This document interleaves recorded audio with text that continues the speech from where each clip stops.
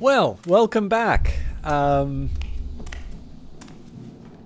Canadian telecom provider Rogers believes in taking money for services that they don't provide. So I tried resetting my modem here. This may happen again, and unfortunately, one of the things I really like about the way that that Red Barrels has set this up is that even though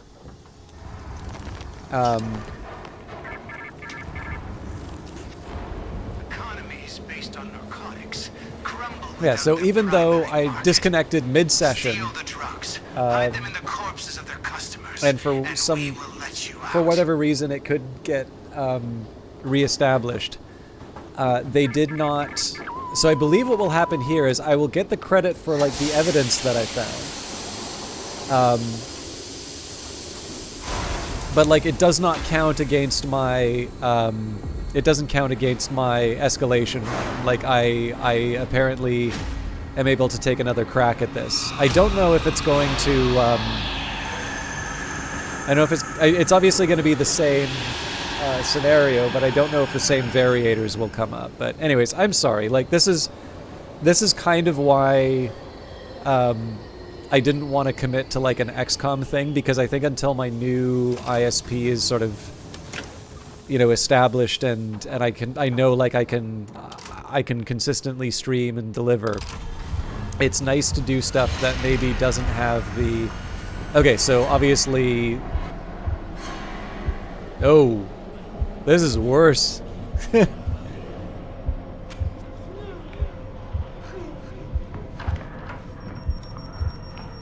gotta feel like the last one had conditions that were a little easier to satisfy. God, I almost.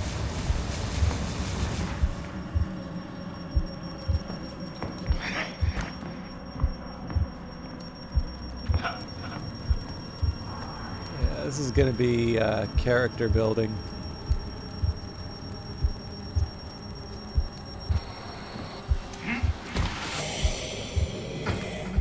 The big one's going to be when I go into something like this. There's going to be just things that jump out at me.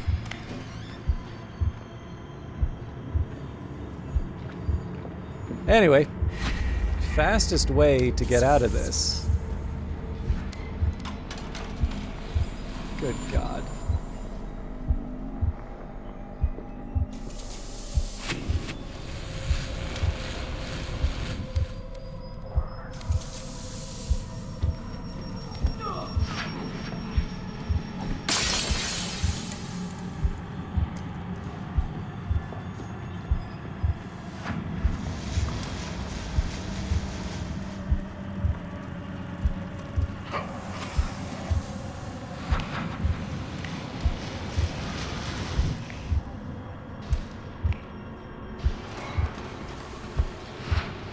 Okay, so the way I think I'll handle this, it's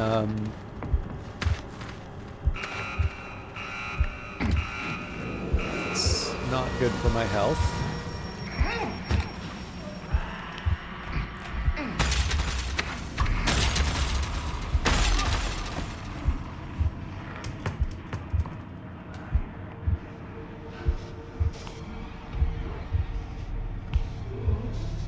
Not ideal.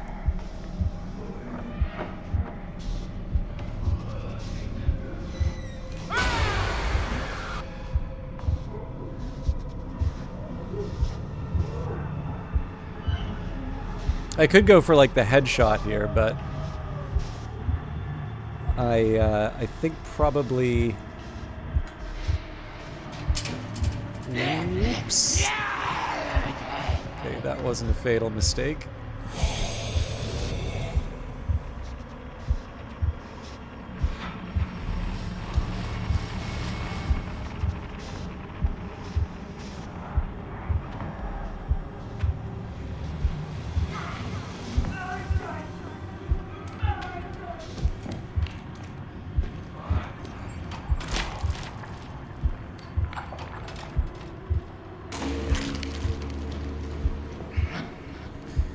So we haven't necessarily established that these other rooms are clear like last time, so I don't want to take anything for granted. Don't think it would hurt to get a little recharge.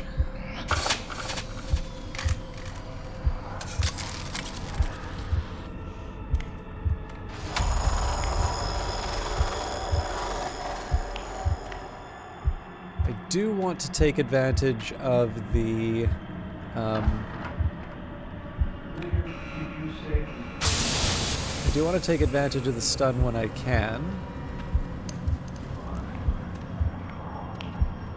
But maybe not at the expense of...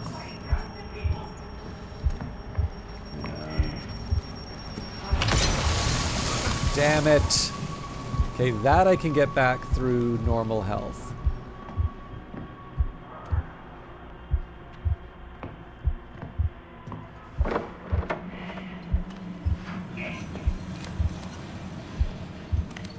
Well, I thought that might have been the TV I needed.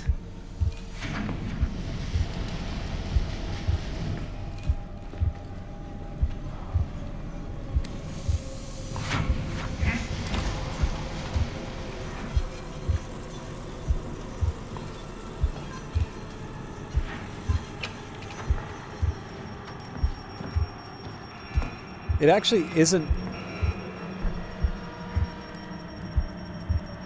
I don't think it's bad news to find out that apparently if I step on one of these mines, it's insufficient to take me out on its own. I don't think I want to bank on, like, constantly taking damage. That strikes me as a good way to get a bad rating, but... Hello.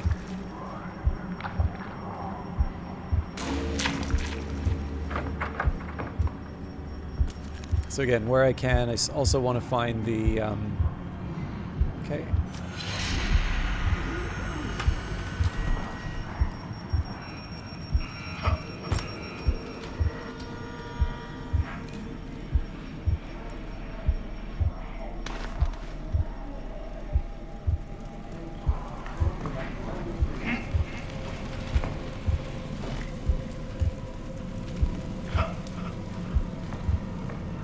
Still want to find the broadcast.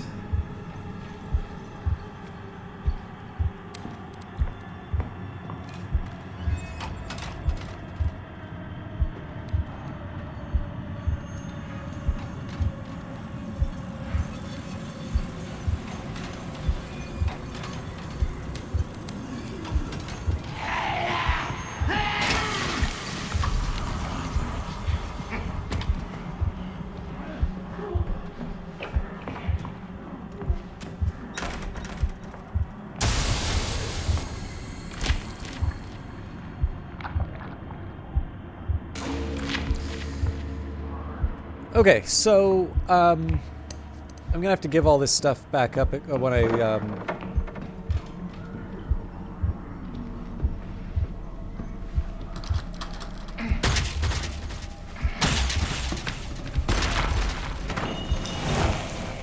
that's no good.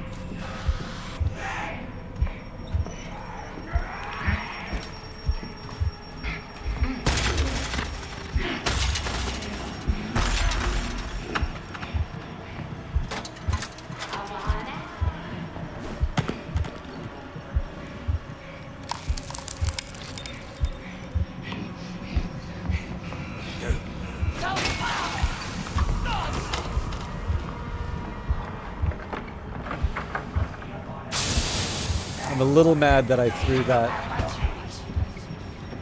I'm a little mad I threw that brick. There we go. Gonna hurt you bad.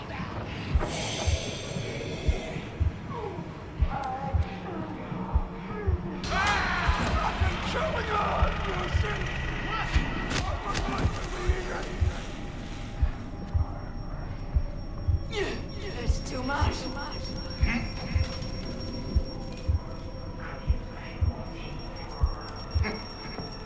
Okay, that's a non-starter. Ooh boy. Okay, I think I just need to hide.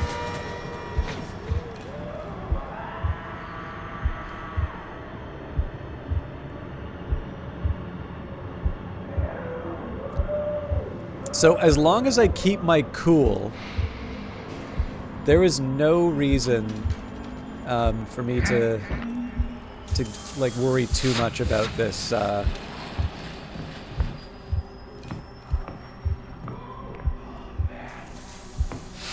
This level. I do wish.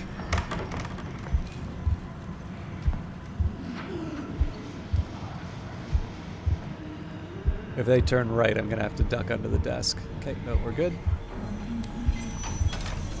So I do wish I was doing better on battery, and obviously that would have involved me. That would have involved me going back into that fun area. Okay, somebody saw me.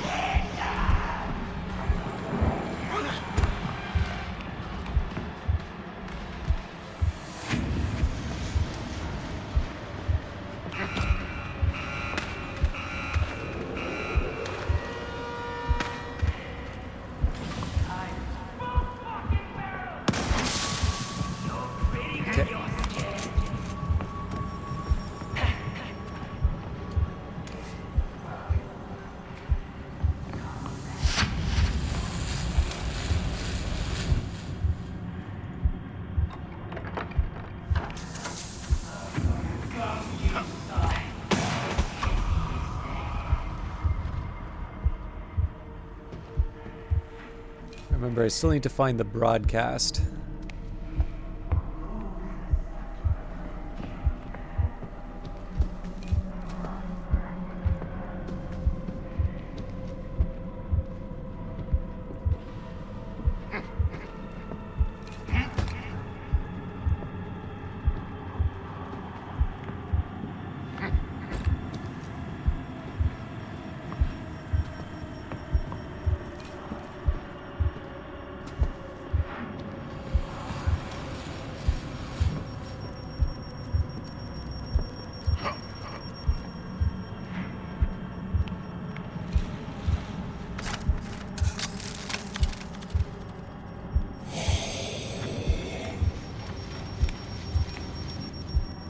So I suppose theoretically the most likely candidate... Ooh.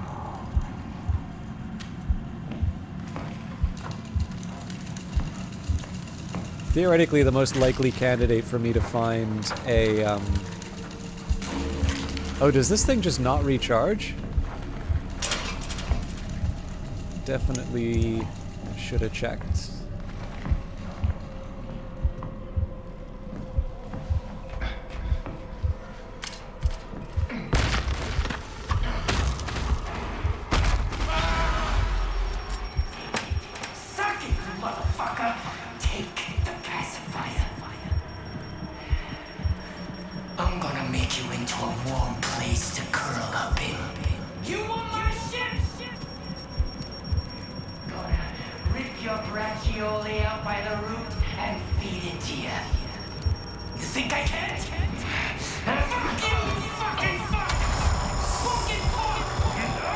I thought he was...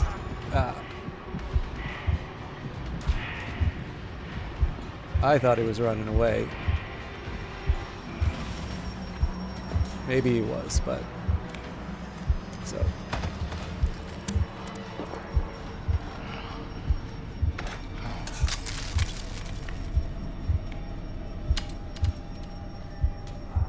So I still have more health to recover, but...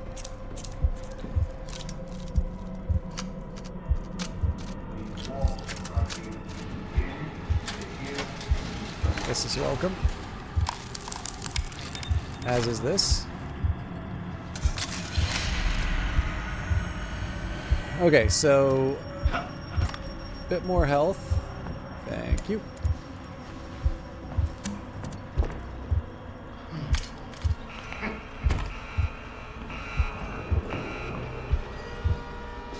I'm just going to accept that this is going to suck for a little while.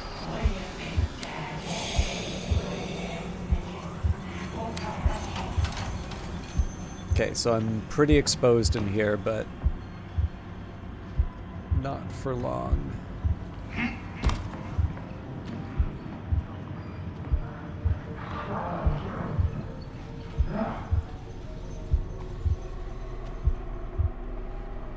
biggest problem here is to like, this is not a small level, and it's with the disorienting effects, it's not trivial to find the TV. And like, this is definitely a case where, like, yes, I've had more enjoyable experiences in other locations, but this isn't like, there have been situations where I've had a fraction of that last bar. I do not. Okay, that sucks, but like, I've had a fraction of the health for I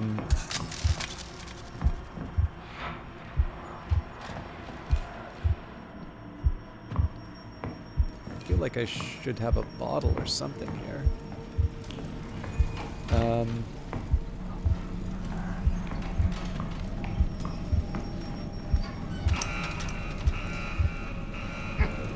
Not ideal.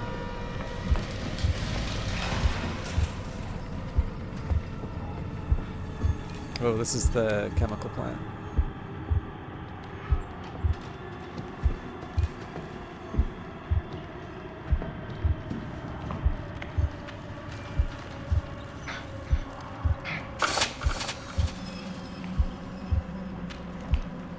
Yeah, so, you know, I don't want to. I definitely don't want to throw in the towel on the objective, but on the other hand, there's a lot of places this thing could be, and I'm definitely not.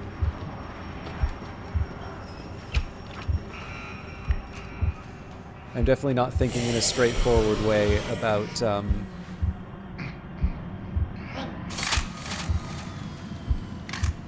this level. Okay, I've just been cranking batteries so that I can get the task done.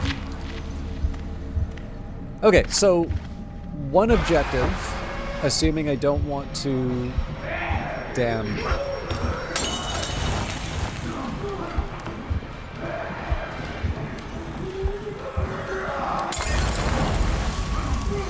Fair.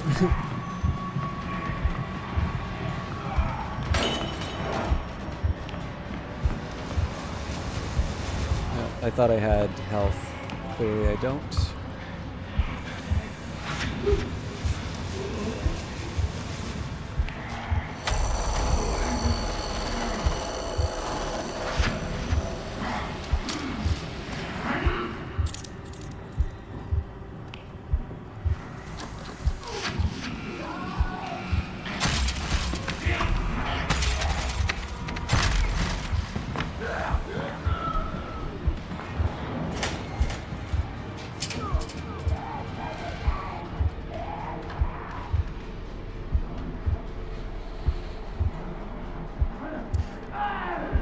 I just need to let the heat cool down, so to speak.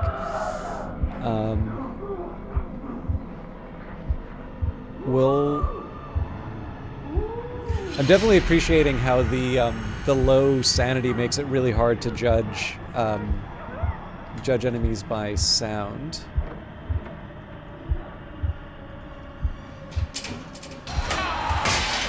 Unbelievable.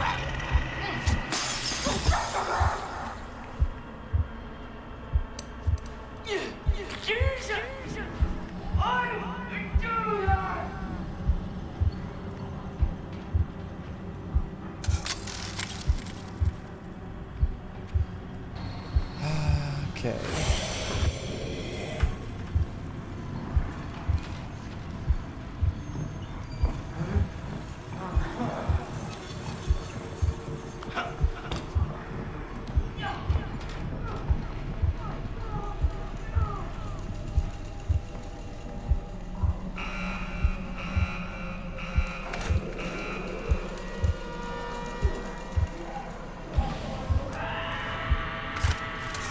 This can get bad real quick.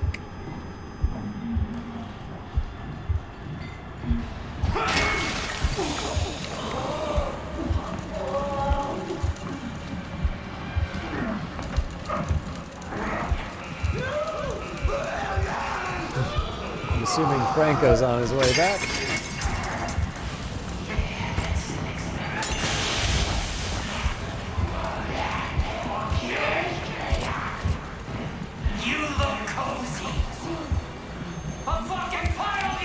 Leave you a fucking I cannot believe I got away with that, but mess! Just like your fucking mother.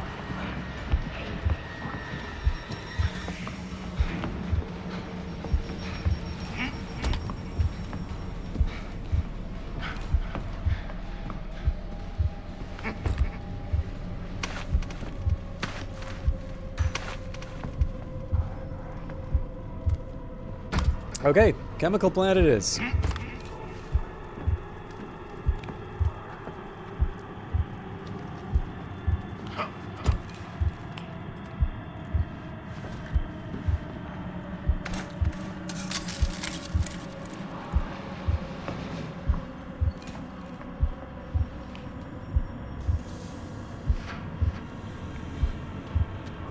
I don't actually think I have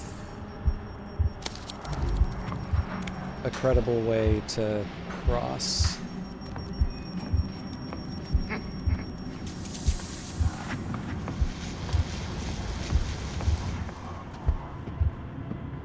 was just the long way around. Alright, not the most convenient thing to see that gate shut, but...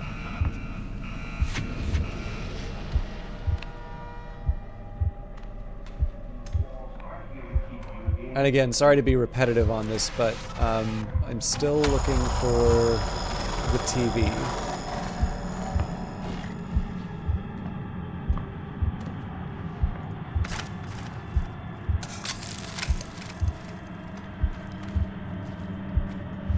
Okay, this is always good because it means there's... Okay, that's legit. Somebody wants to hurt me.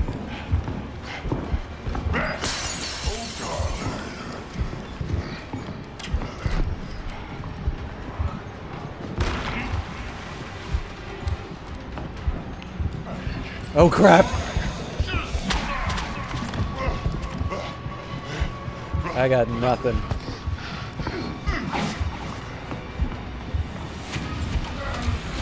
God damn it.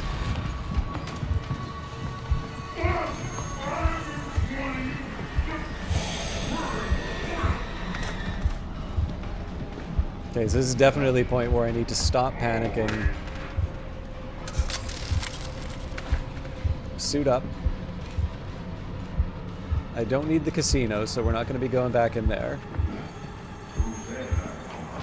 There may be health, but I can find health through other means. I mean, I guess if there's like an obvious health waiting.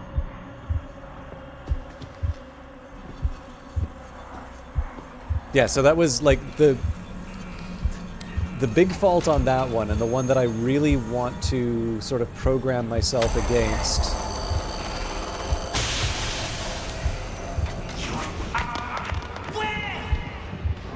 Okay, that wow bark is really good.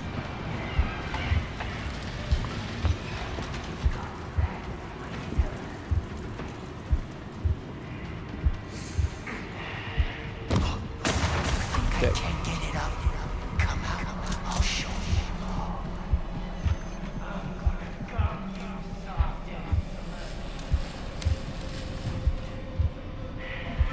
Go to hell. No way. No! Damn it! Jesus Christ.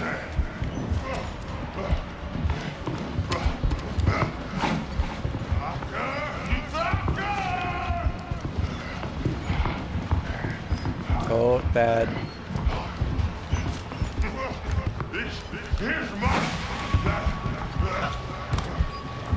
Okay, I'm running out of stamina.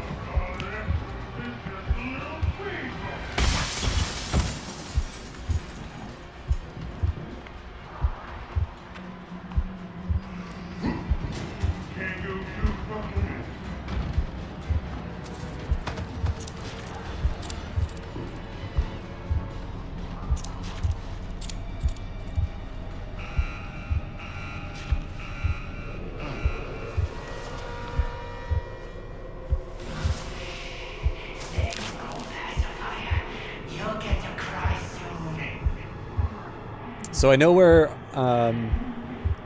That was Ishma. Again, partly my fault for panicking and not being thoughtful about how I approached the level, but fun though. The big thing here is, right, there's nothing I've lost but maybe a little time. It will definitely be good to get some of these baggies. Oh, actually, we can get both.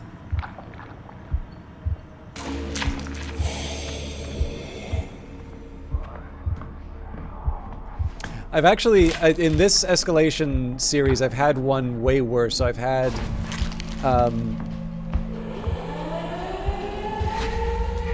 what is it? Throwables only. No power in the mall.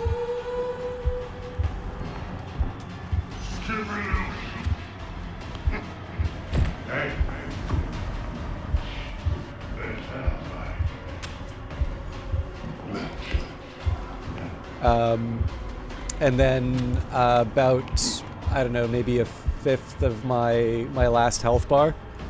And of course there's a night vision guy running around, so that's even more character building. But yeah, so as much as I can, I sort of feel a little bit like Dustin Hoffman in, what is it, Wag the Dog. It's like, this is nothing. This is nothing. 4 horsemen of the apocalypse. What happens? 3 of the horsemen died. Did that stop it?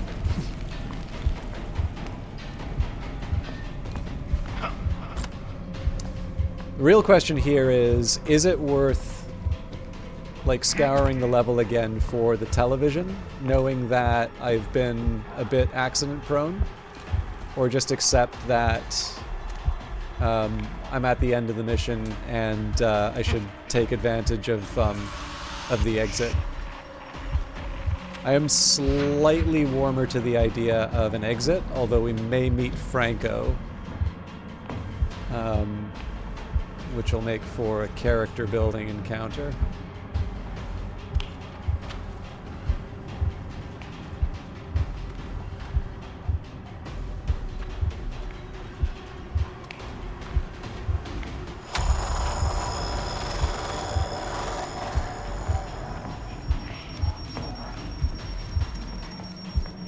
Sounds like Franco.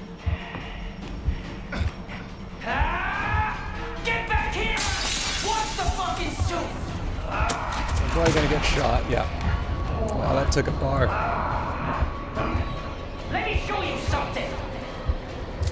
I just need to waste his time until... I can't. Fuck you! You think I'm getting any uglier? Okay, not ideal, because I didn't get the TV and and I lost the bar of health, but we should be able to get that back on the next one.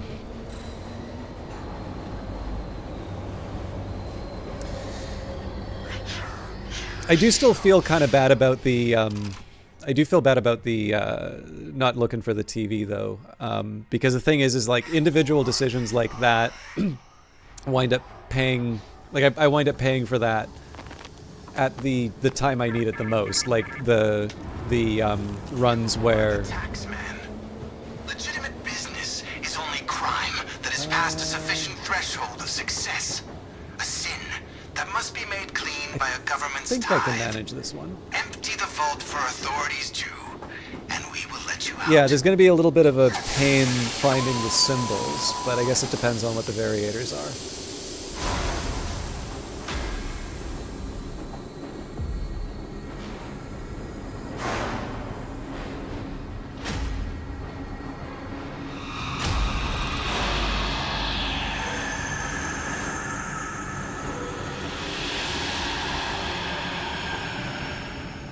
So I'll confess, yeah, I've now done a rebirth in this game, so I've seen just how long the credits are on this. I kind of wonder what this game looked like in, I guess, what would be called the gray box mode, like where they're prototyping everything. Like, is it just a bunch of little gray cubes running after you while, Alright, stronger enemies, decipher the broadcast, no intel, more pictures, which sucks. Okay, I mean, this is not going to be fun, but it's not... That pissant toddler is hiding something good in the vault. It's also not, like, the end of the world. So, I'm going to peek around these.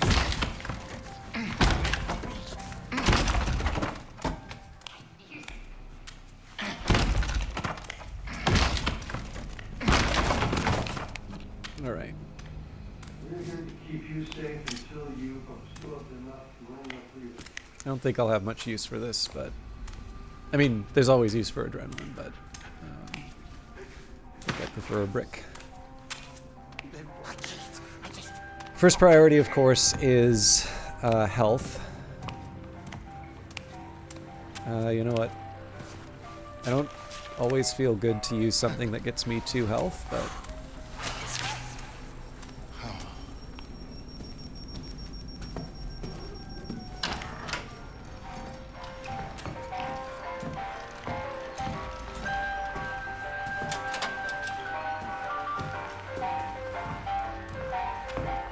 Okay, it's not going to let me look around.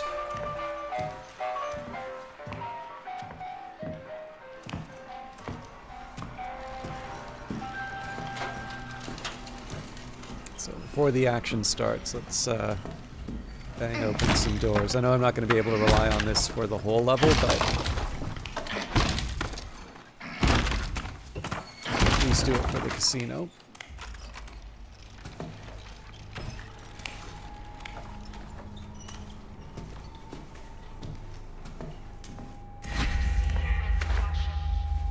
Oh, that was nice of him.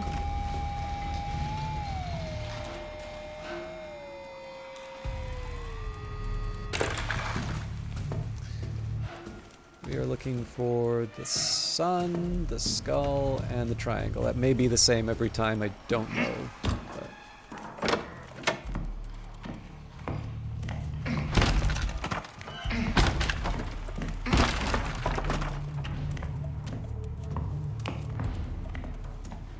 it is not obvious to me that I need to, like, smash every board, but honestly, doing that while there's no patrols... Well, there is one now.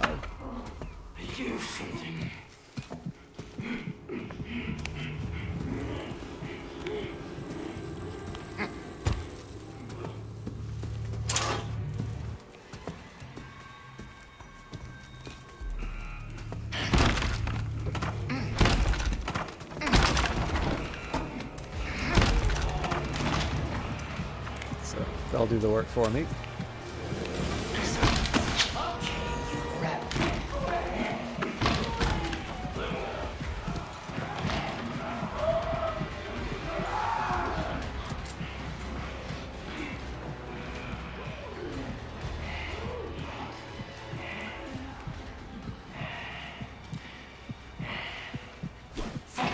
Damn it! I was trying to get the headshot. Probably better to just go the other way around here. One of the tasks is headshots with the stun rig, which is not one I normally use.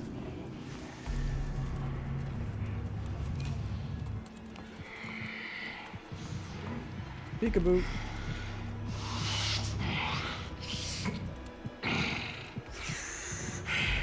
Well, nuts.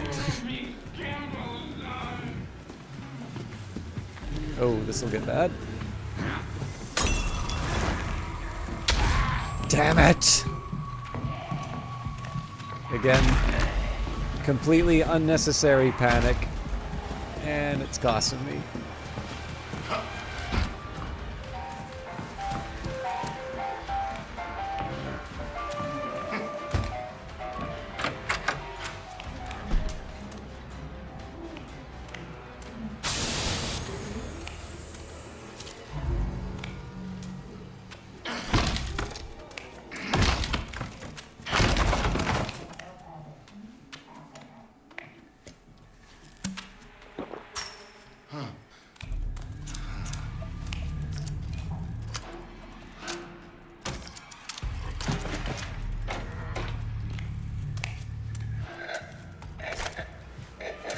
This isn't exactly how I had planned this, but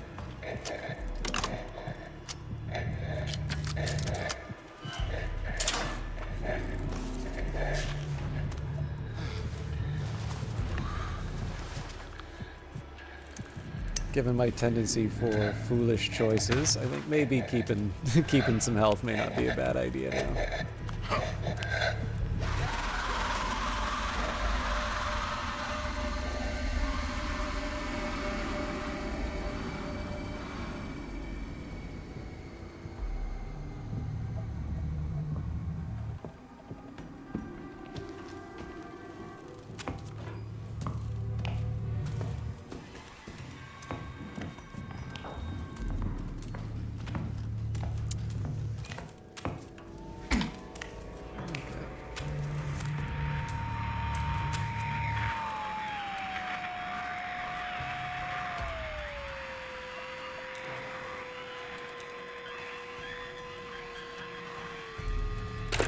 Yeah, close enough.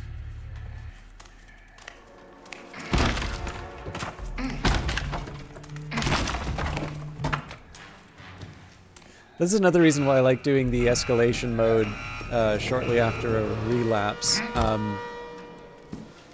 haven't gotten accustomed to it. Not good.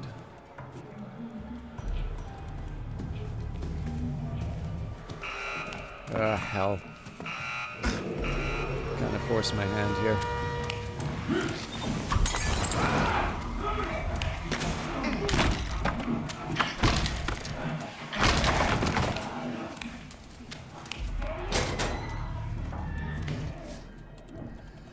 But yeah, this is, I don't know. I'm pretty sure if I assumed that I would do most of those barriers in 2, I would not be at full health. I'm gonna gum you soft and slug you up. This is beneath me. Start off, little baby. I would genuinely love to throw the stun at him, but that strikes me as a little too reckless for the moment.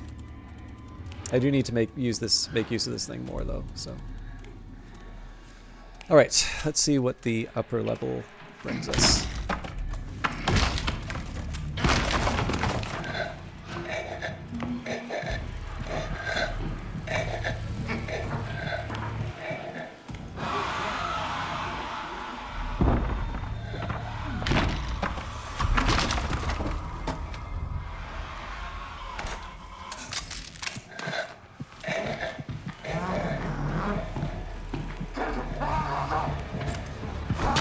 Oh, where'd you come from?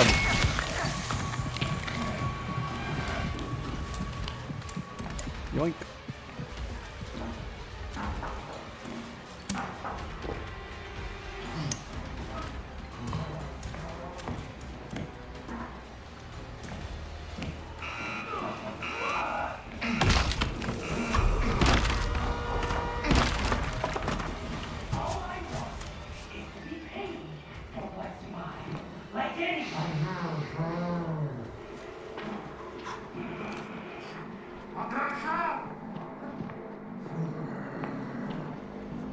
I've spent many a fine session in a barrel.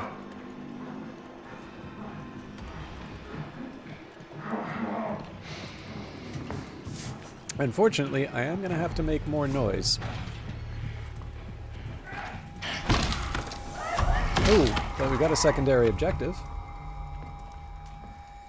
How much you want to bet my internet's about... God damn it.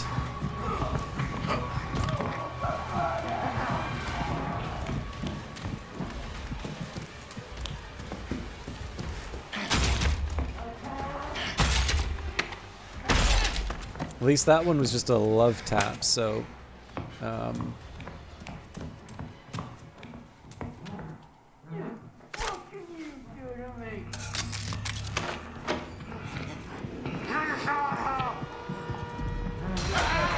Fucking hell.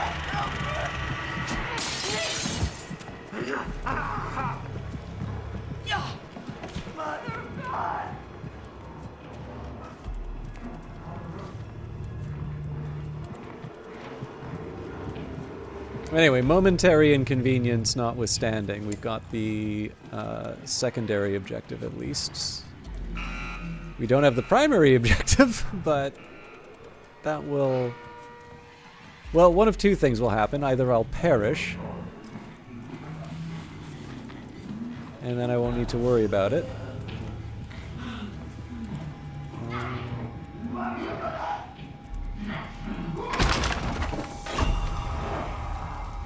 I would have preferred not to have done that, but... Okay, you know what? I'm gonna run out in the open.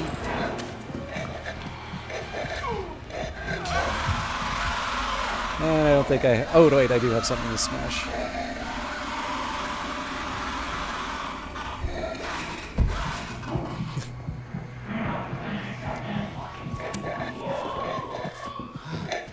You know what? We're just hiding in here for the next hour.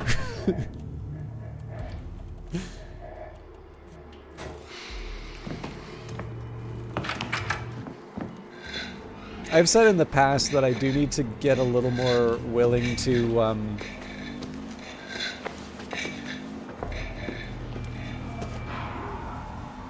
yeah, you know what? That's on me.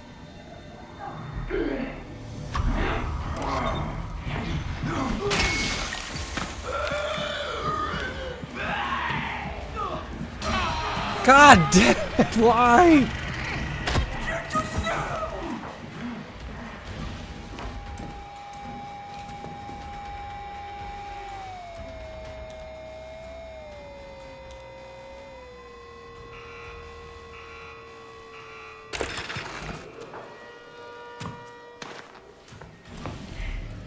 What do you think, Dad? You see what I did to those bitches? Won't try that shit twice.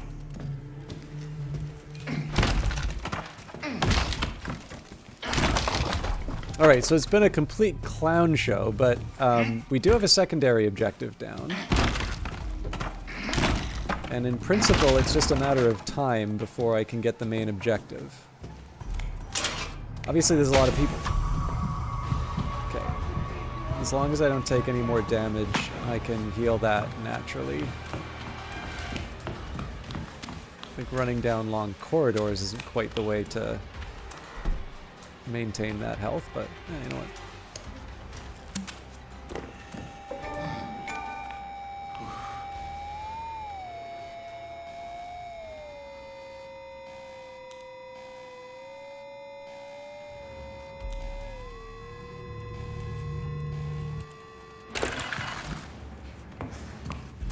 Not my finest hour.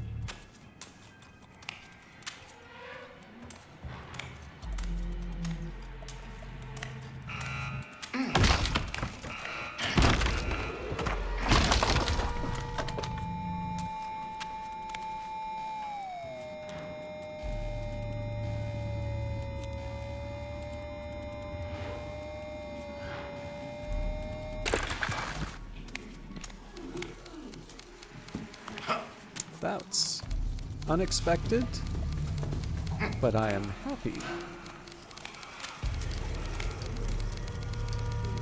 Come on, man.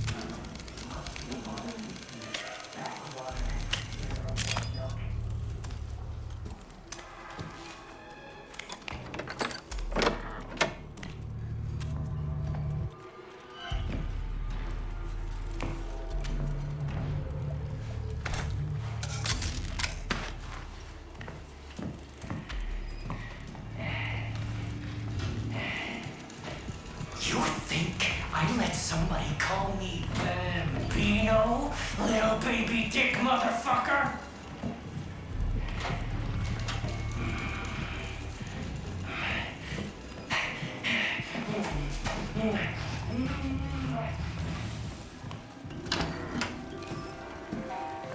The erratic movement definitely throws me for a loop sometimes, but we're clear of them, so again, taking our sweet time, but there we go. So shipping yard and train depot.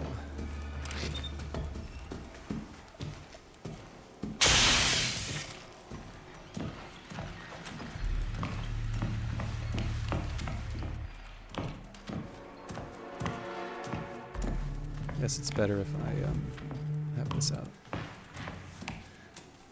I guess technically I should have looked for what the symbols were, but honestly it's just going to trigger when I'm in the area, so...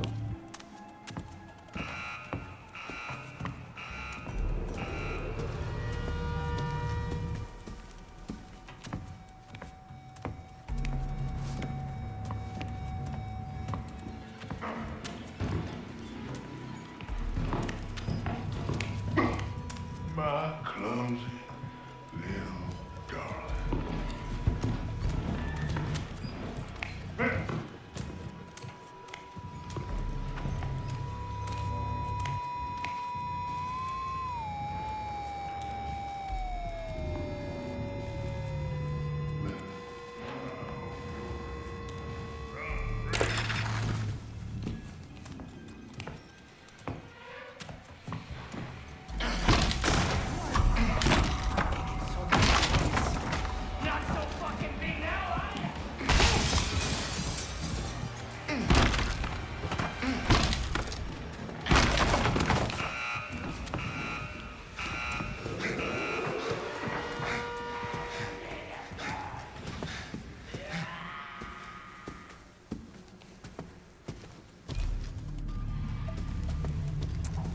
Discretionary.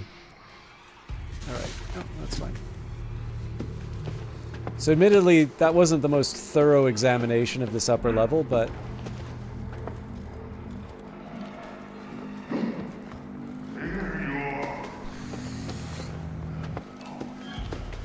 Well, there we go. So I do need to go to that upper level.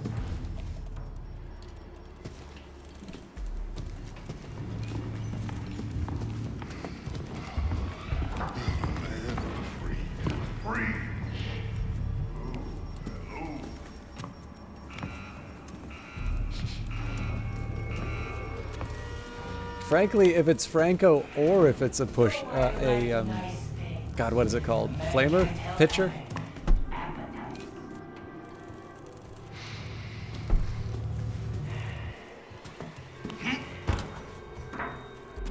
I am not crazy about the idea of running out in a big, bright area, but... Okay, this is so dumb, but...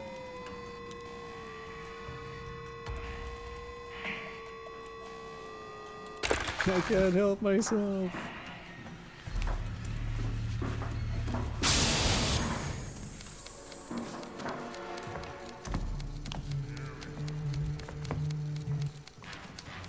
Ah, God, how am I... Oh, here we go.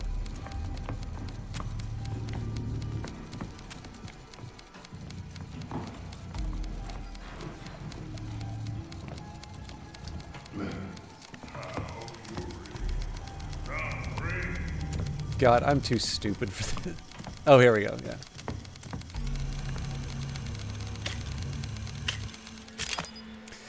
Alright, 123 for the shipping yard.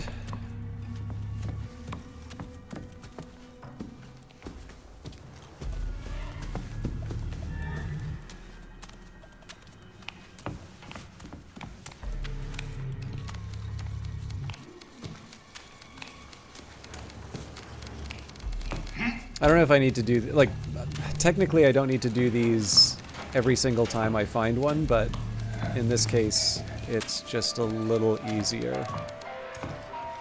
How did I miss this one? Damn it!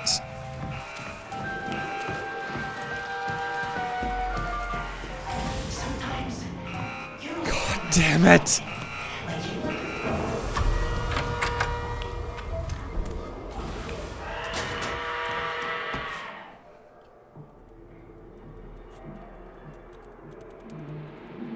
I'm gonna cure you of it. I'm thirsty.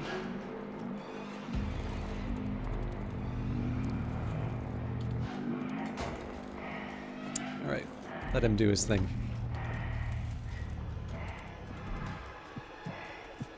Call me Bambino. Both barrels of this pacifier right up your ass, motherfucker.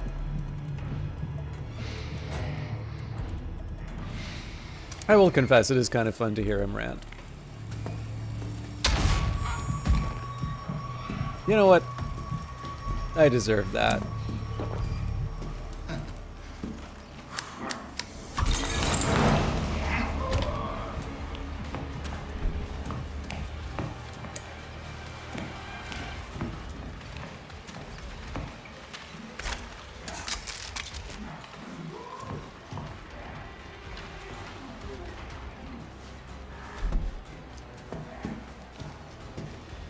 That wasn't the train. Oh, right, of course. God,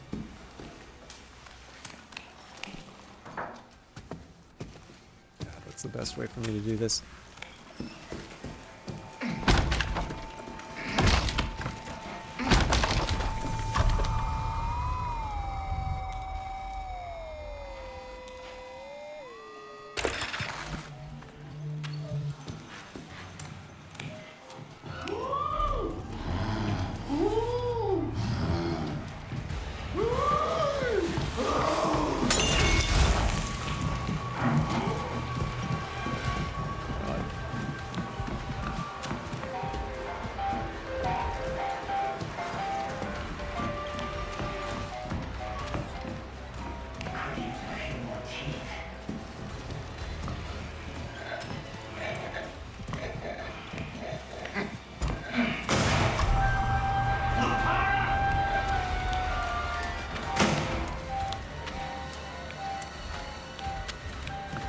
As long as I don't hit another one of those infuriating tripwires.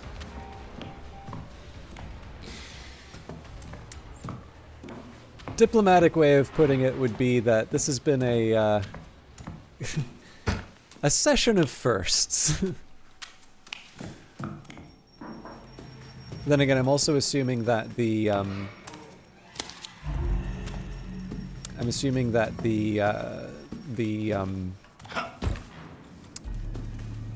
sorry, what am I trying to say? I'm assuming kind of the traps, like, so on the introductory difficulty, the traps are the sort of thing you wouldn't imagine a dog being taken in by. But that's because, you know, you have a lot of time to think, you can move around, you know, pretty freely. There aren't a bunch of other things putting pressure on you. But, you know, I guess it's kind of like, you know, trying to do basic arithmetic, which I'm hoping, you know, education is such that people are still capable of doing basic arithmetic, you know, when they have to. Don't exactly want to be closer to this, but yeah, you know what? Mama's little baby loves milky bread.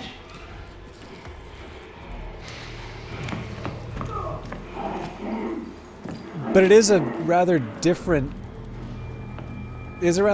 matter if somebody's getting you to do basic arithmetic while, like, smacking the back of your head, you know, or doing something to put some pressure on you.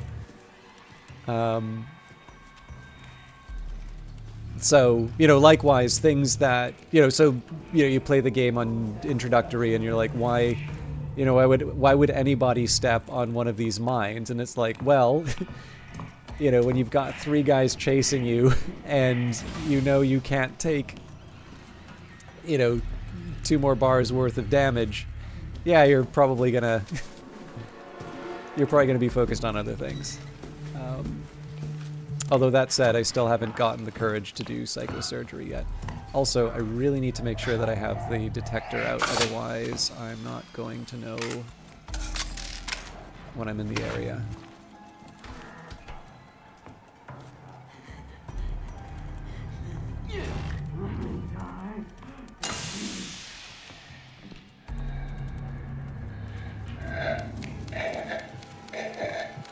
This worries me a little bit. Wow.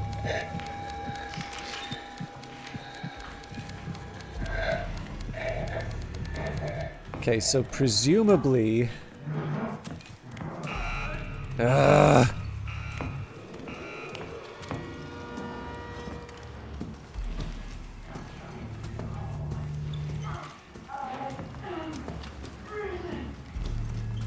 Presumably they're not going to put the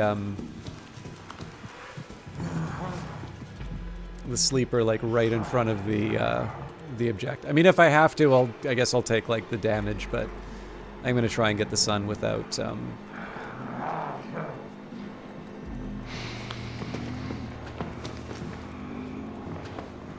without provoking a retaliation.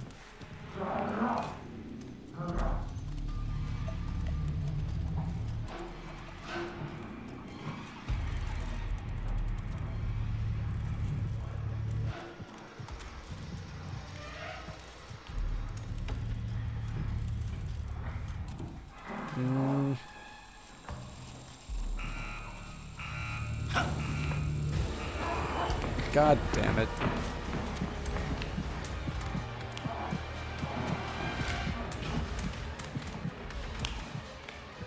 There's definitely something there, but that sure ain't it. So, as much as I hate to admit it, I actually think probably the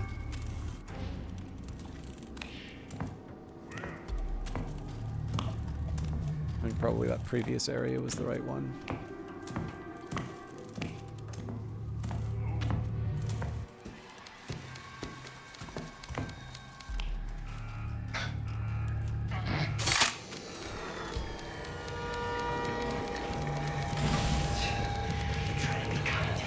And they fucking laugh at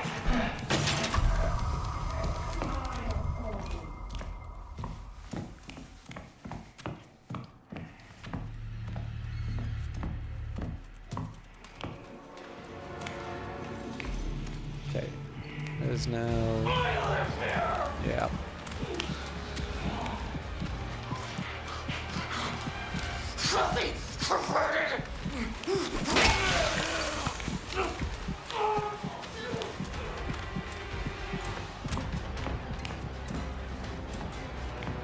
Again, a little bit more about trying to get the task done.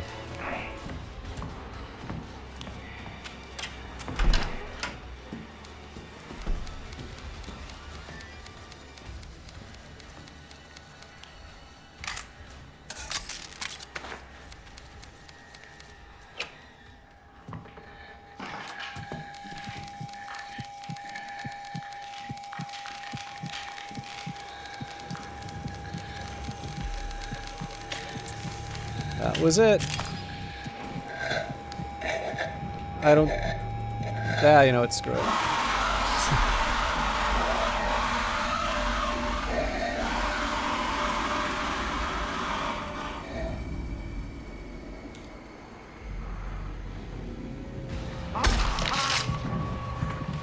Okay, that was greed justly punished.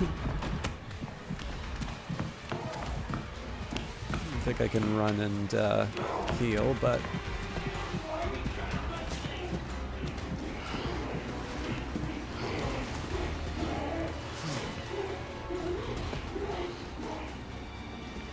Okay. I could technically ditch the detector here, but...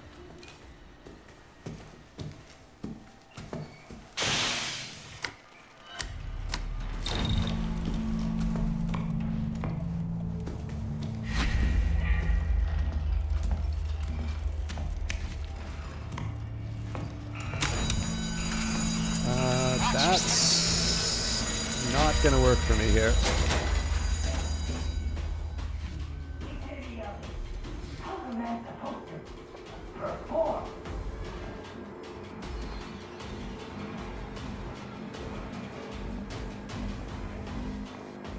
So for all I know, he could be here permanently because we just triggered the end of the scenario, but I can't really just take the loot.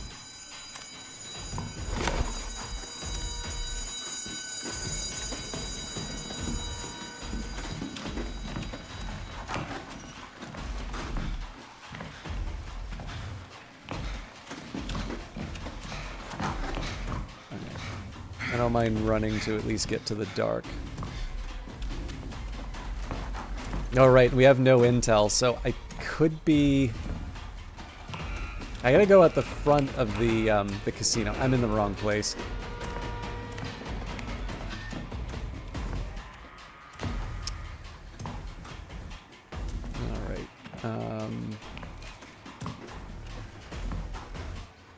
Not exactly an auspicious start, but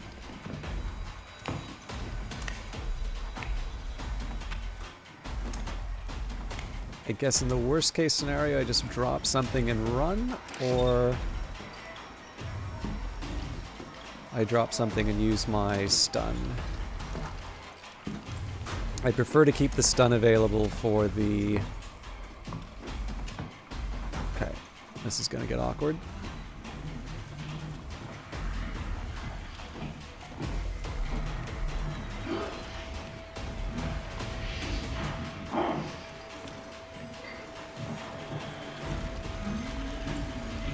Easy does it.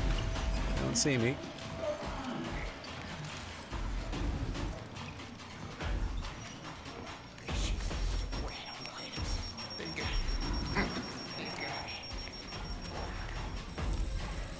The question here, okay, yeah. This one's always a conundrum. Earned everything myself. None of you fucks is gonna take it away from me. I'm a fucking prince. You'd be lucky. You gonna be my mommy? Yeah.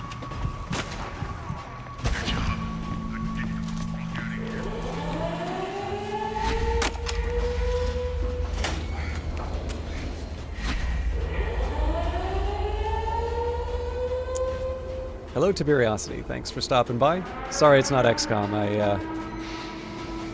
I have been dealing with ISP issues. Alright, so obviously that took a while, but in the end, we got the secondary objective and we're leaving with more than we came in with.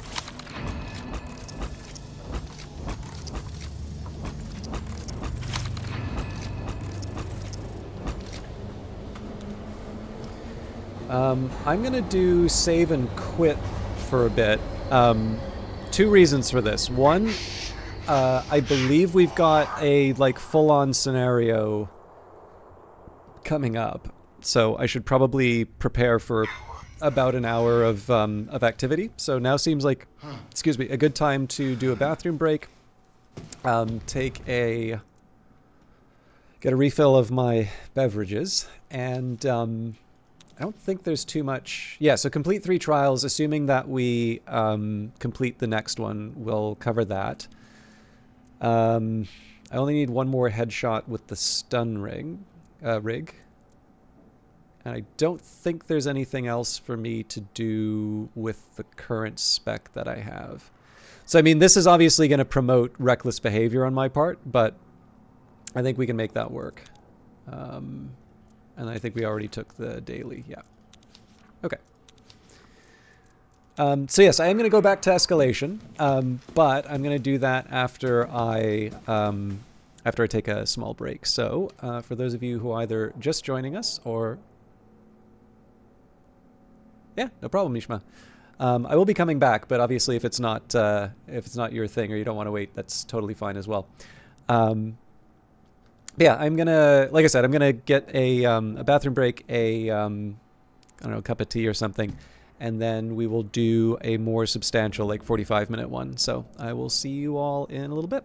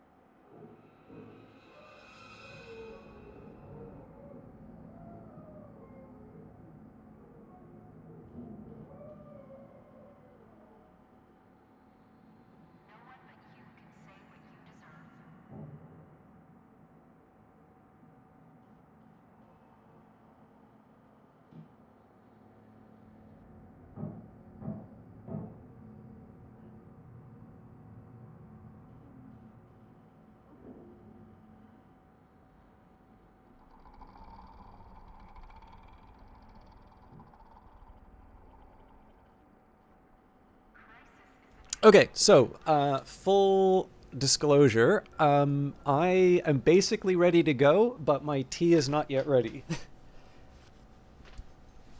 And if there's one thing I can't stand, it's not cozy Outlast Trials. So here's what we're going to do.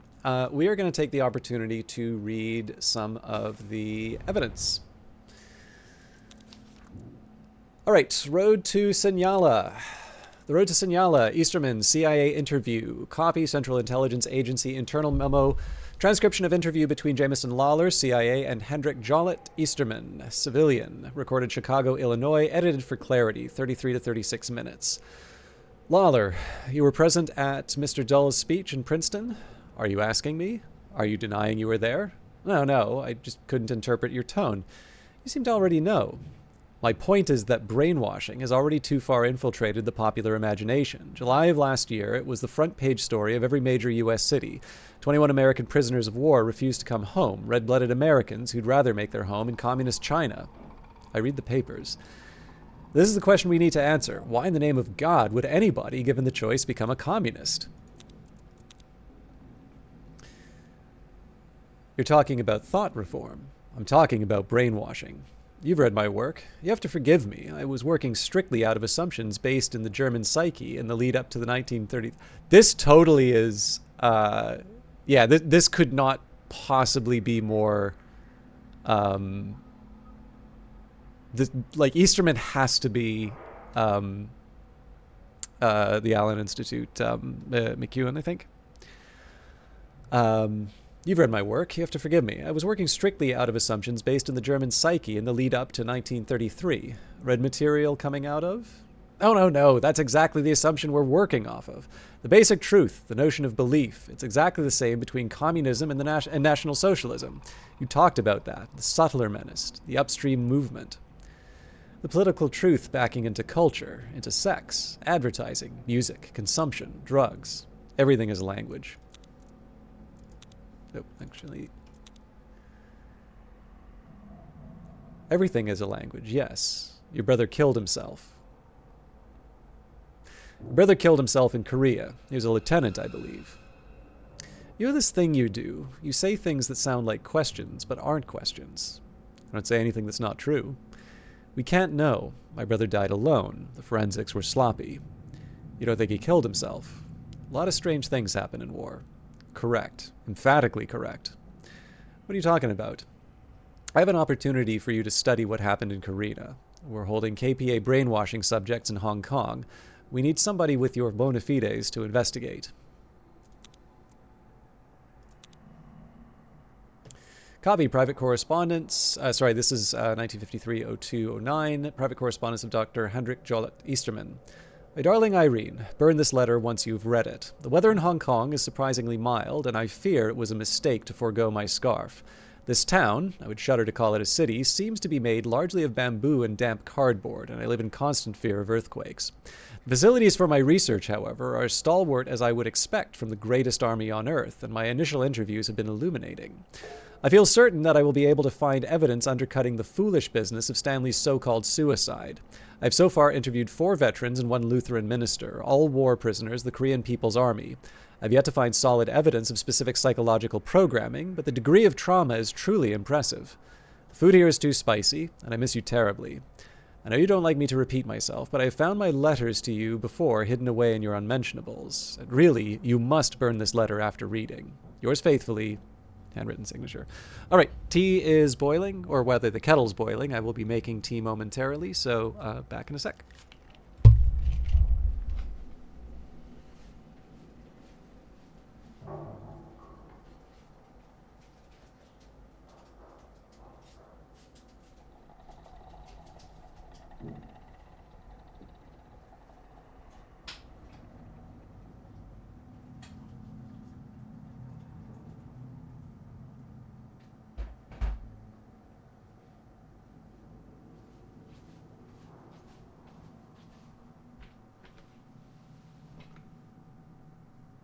It's the first, I think this is the first day of the year that we hit negative double digits, so I'm definitely orienting towards warm beverages. Science opportunity. Murkoff correspondence, interorganizational letters only. Copy correspondence between Olivier W. Branzik and H.J. Easterman. Heading removed. Dr. Easterman, let me introduce myself. My name is Oliver Branzik, Assistant Director of Behavioral Medicine at the Murkoff Corp's Mount Massive Hospital.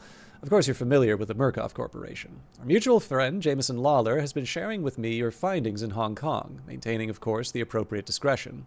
Your research synchronizes remarkably with dream therapy work we keep a hand in at the labs in Los Alamos.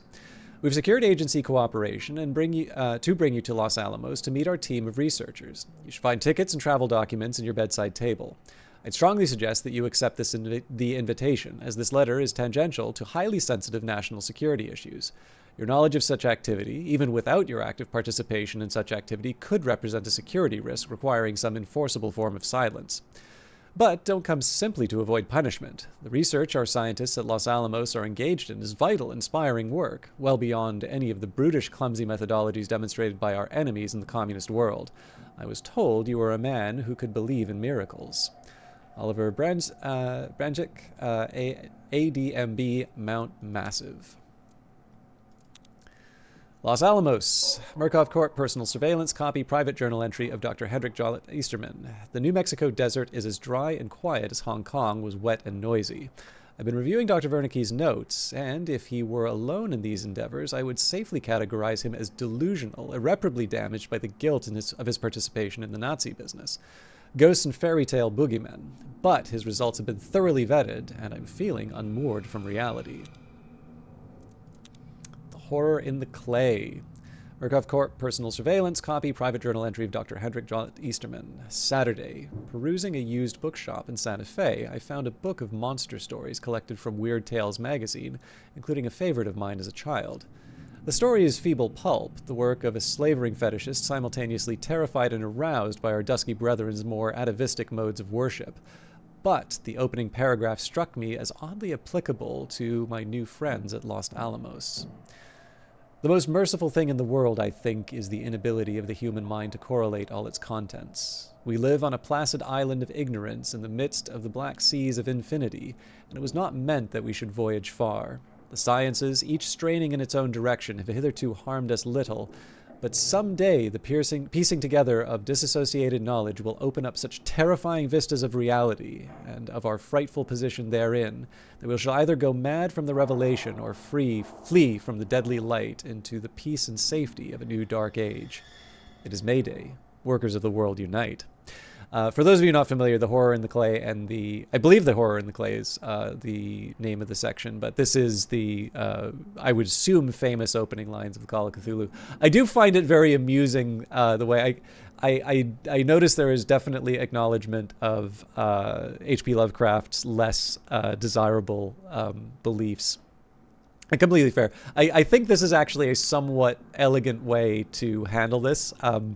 There does sometimes feel it does feel sometimes that when teams want to invoke Lovecraft, because it's obviously very popular, and people want to do it. Like there's a seemingly insatiable demand for weird horror like that. But there does always seem to be sort of this need to keep them at arm's length, to sort of say it's like, I don't like those parts. And I always sort of feel in the principle of charity, like I'm going to assume, like, Red Hook Studios, right? Like that is not exactly the story that comes from is maybe not the best display of Lovecraft's, it's not him at his best when it comes to the stuff that people don't like. And I don't feel that Red Hook Studios needs to go out of their way to say it's like, we don't like those bits. It's nice for people maybe to acknowledge it, because I can see why people might, kind of a uniform silence of it might be a little bit of a challenge as well. But what I kind of like about this is that you can absolutely see how someone like Easterman would actually see, both as a reflection of his childhood, but also maybe his genuine approach to the story. Like you can actually see this as a very credible feeling that someone like Easterman would have, in addition to obviously being sort of, like I said, an elegant way of just sort of doing the thing a lot of developers feel the need to. And I actually don't think there's a problem with that, to just say it's like, I don't like those bits. So again, I do quite like the writing for the Outlast series. Maybe maybe I just happen to like my pulpy stuff too, but I really do think there's a lot of fun in digging into the details. All right, The Sake of the Future, Easterman Journals, 1954, May 4th. Murkoff Court, personal surveillance, copy, private journal entry of Dr. Hendrik Jollet Easterman. I've been warned against talking politics with our Dr. Wernicke. I believe the exact phrase was, we can overlook his past for the sake of the future. This Branjik, blast these foreign names, seems to think my research into brainwashing and ideological revision should somehow mesh seamlessly with the old Germans' work with microwave signals and guided visual stimulation. Wernicke may be little more than a sideshow mesmerist. I've been trying to get Wernicke to clarify the intentions of his experiments, but he somehow steers every conversation to his psychotherapeutic implications of Germanic folklore, with one brief foray into the inherently doomed nature of all heterosexual relationships. He does have his points. Strange dreams since my arrival. Wernicke is certainly a vital and handsome man. I'm reaching out to Murkoff Human Resources again to see about getting Irene out here. A man needs to be able to concentrate. Yeah, so this, I'm glad I did this. I would love to sort of do more of these, but this was really just an opportunity for me to do the tea. So we will move on to the next section after I hopefully succeed in the next big one.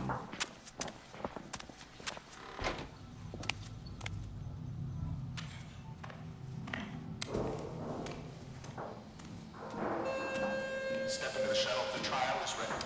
You have no country, no church.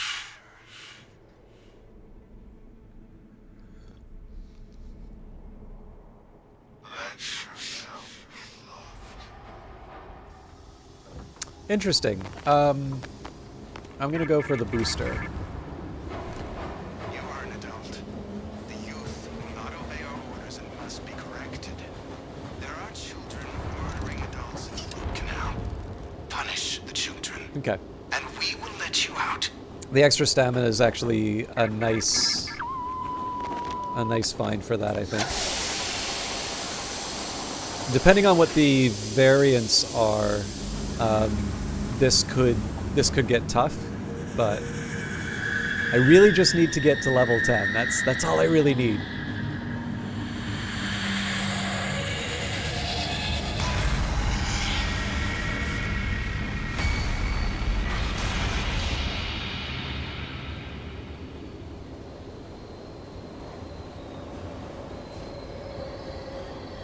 Or, well, sorry, I've got to level. I just need to complete level 10.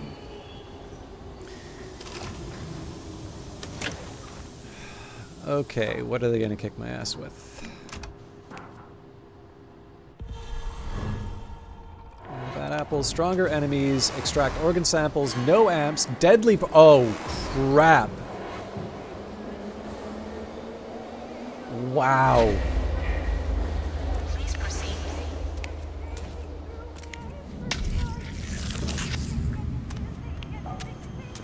All right, so...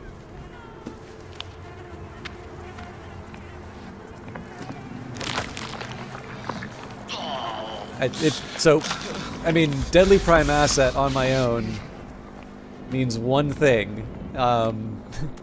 If there is any indication gooseberries in the area, I need to like leave.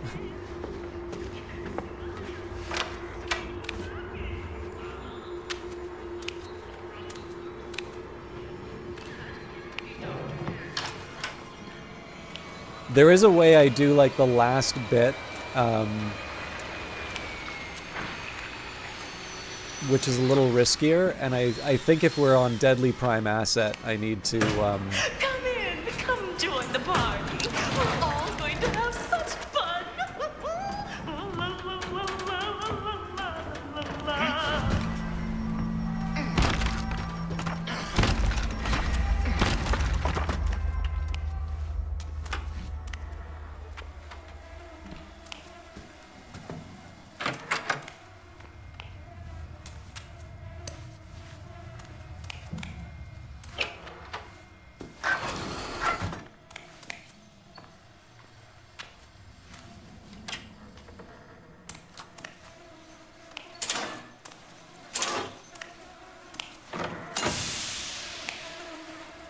as many of these early as I can.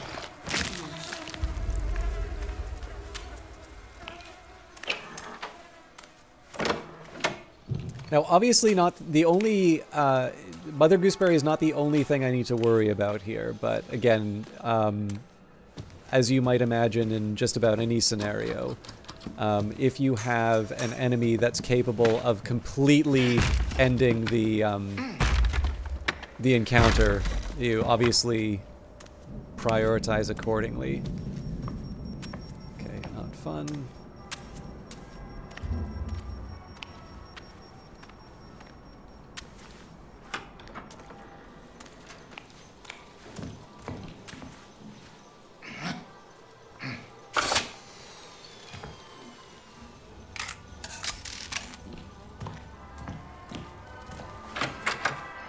So I think the way I'm going to handle, you know, more/stronger enemies will be when I... God damn it. I think this is one of the side effects of me always using the...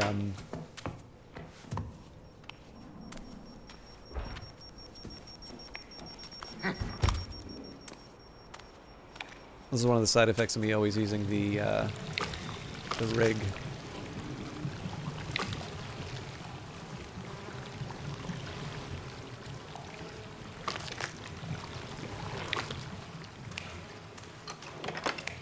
Oh, sorry, X-ray rig, I mean. Alright, now this is usually pretty embarrassing for me to do.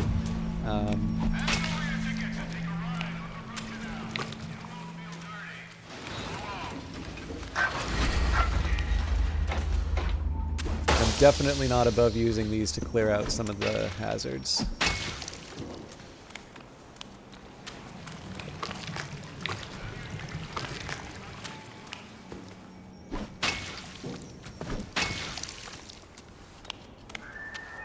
This is mostly me just preparing for the fact that I may need to like run away pretty fast. All right, so we are well.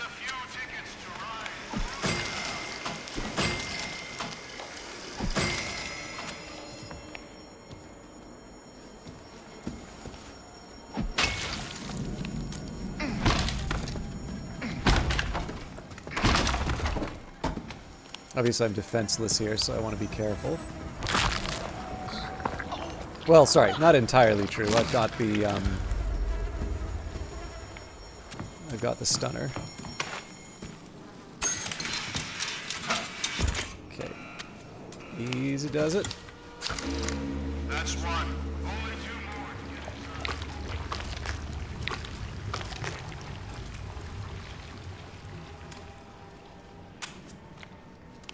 Step right up and tender your tickets. It's a thrill of love, but with drills.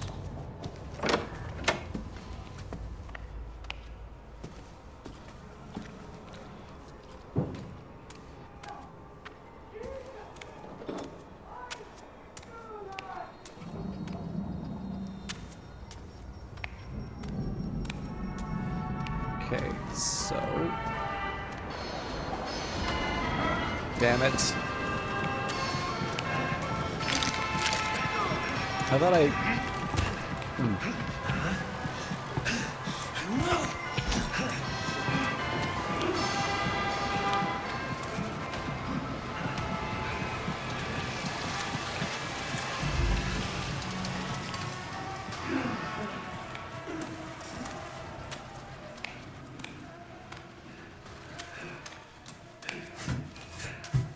I just don't want to lose any of the hearts.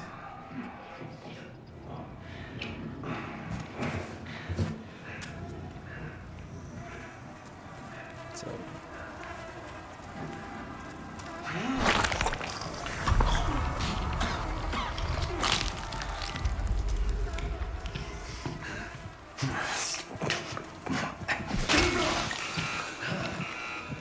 Couldn't resist. But now I really am defenseless.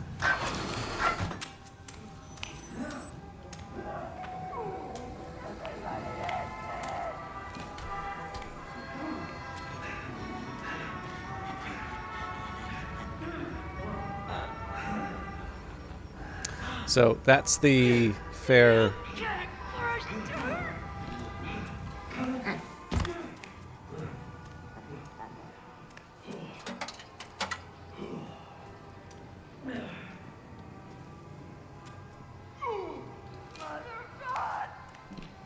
I'm gonna go around.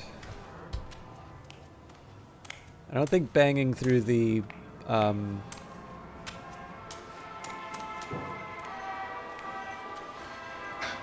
I don't think banging through the boarded up wall is quite the done thing. I wish I could see the guy. Okay, let's do what we can.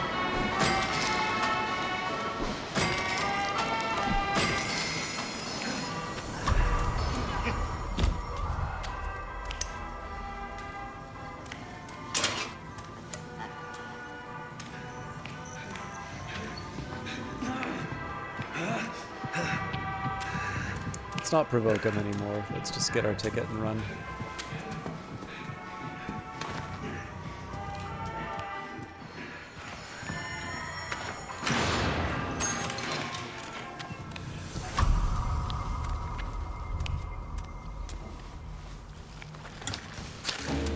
That's two tickets. Okay. I'll sort this stuff out next time, like when we're about to go onto the root canal. For now, to the right of the back of the diner.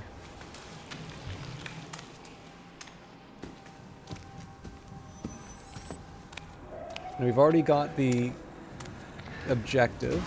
Damn it. Okay, that's blocked, but he may not go that far.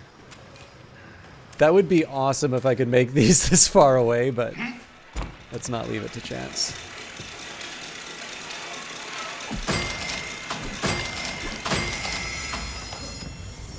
Okay.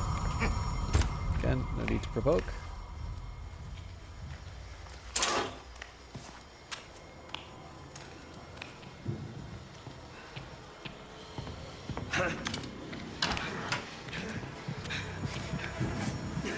Probably not a bad idea for me to just stay out of trouble. Also, we've got an objective, so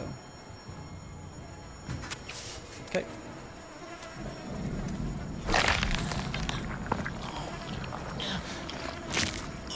So I'm definitely not opposed to using this heart to blow up a threat.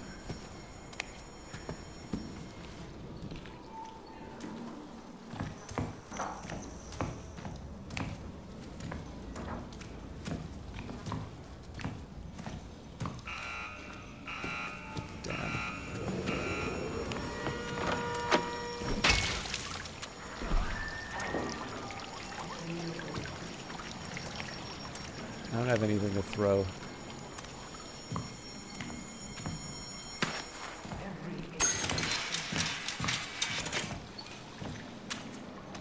Okay, so precautionary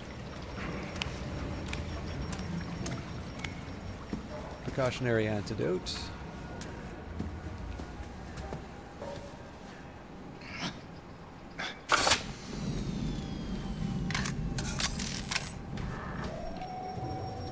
That's not it.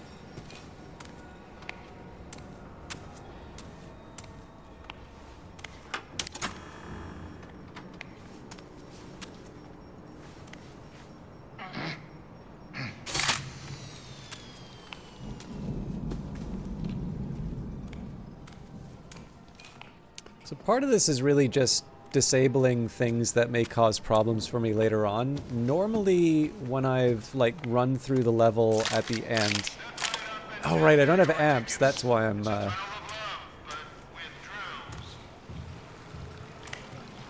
Okay,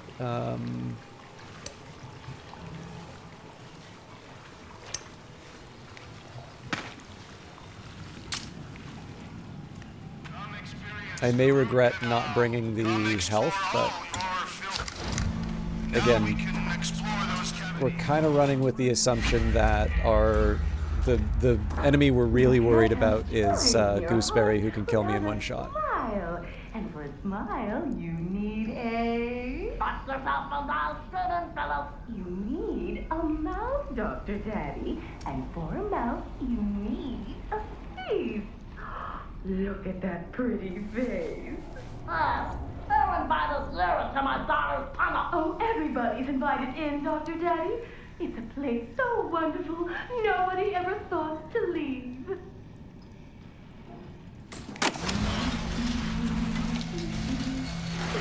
I think the biggest problem I'm going to run into is, I believe, in at least some versions of this, Gooseberry's been at the exit, so I'm going to need to trigger... I'm going to need to trigger the exit, which, you know, if she's guarding it, is going to involve one move.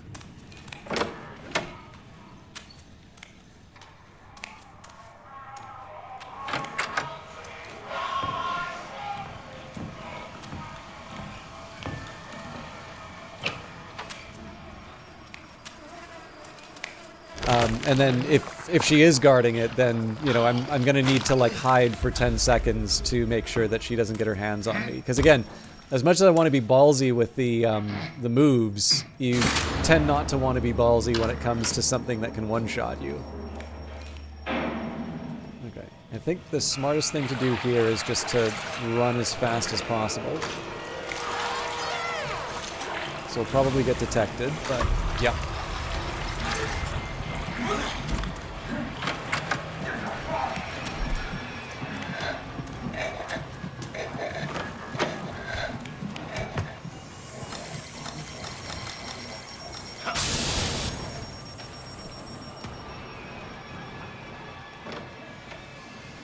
Oh, that's interesting.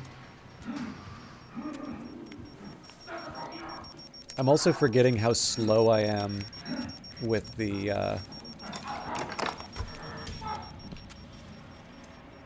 forgetting how slow I am without the amps. But again, we're fine.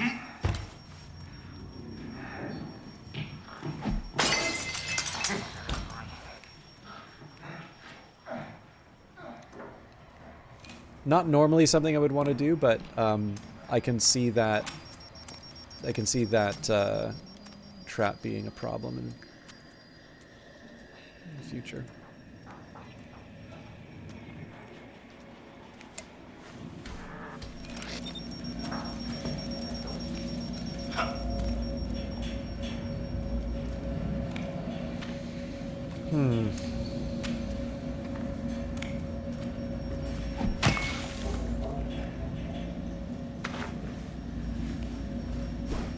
Sometimes you just need freedom of movement.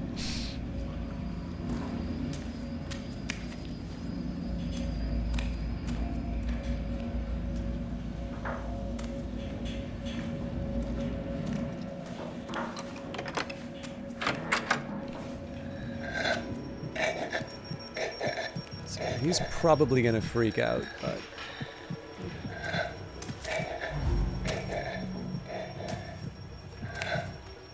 I can't have gotten this already.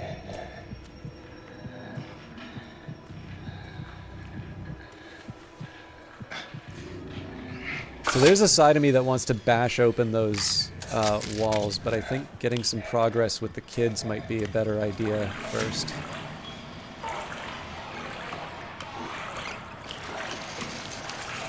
Open doors are a little bit of a problem when doing this, but let's just run ahead, see what we can get.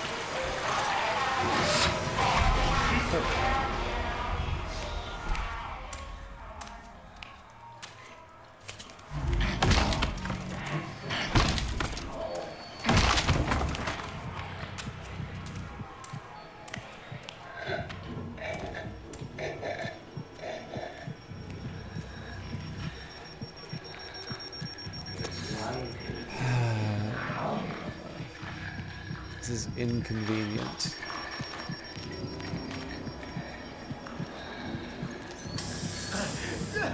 Slow down! I just want your help! So I'll be Obviously, I'm feeling pretty good about clearing out those mines now.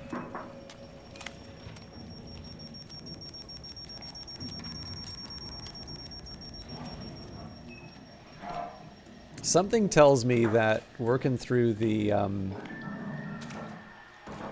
pumps is going to be a bit of a problem.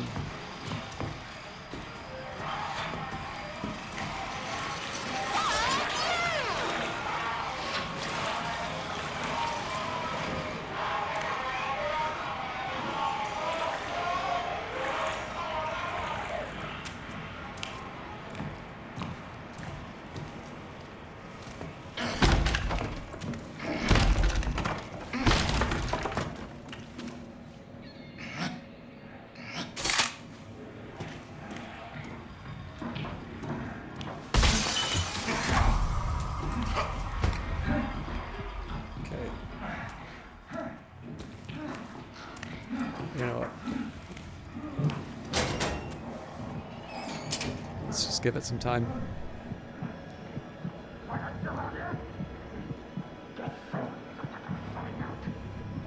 I always kind of assume, like, this is a really good example of the kinds of assumptions that I make that don't really mean anything on lower levels, but can mean the difference between success and failure here.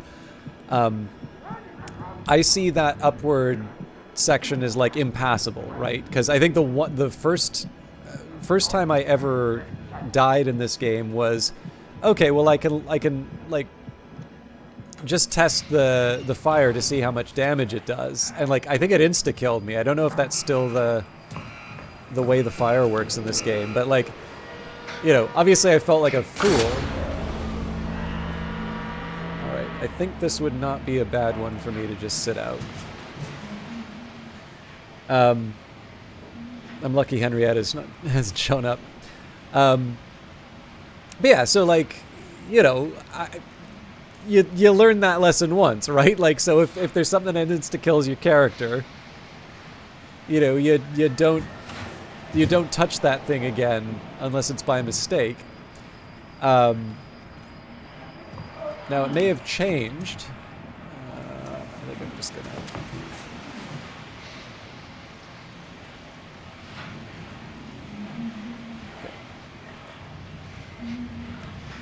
Music's usually a good cue, but I don't see... the big thing here is I just don't see any advantage to, like, trying to risk it, right? The pitcher's gonna eventually F off.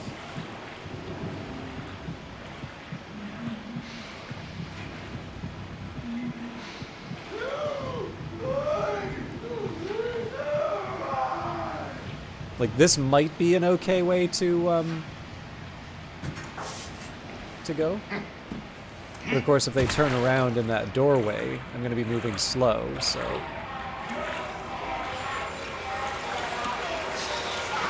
Okay, cool.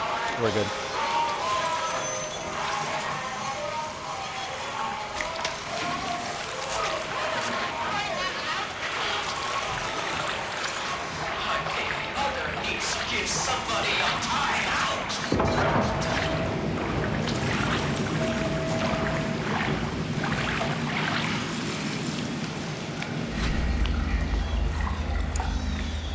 All right, let's do a...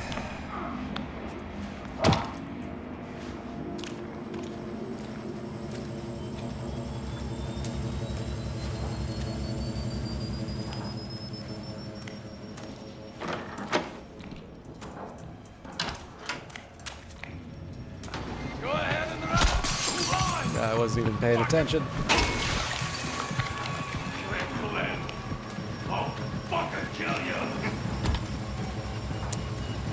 So...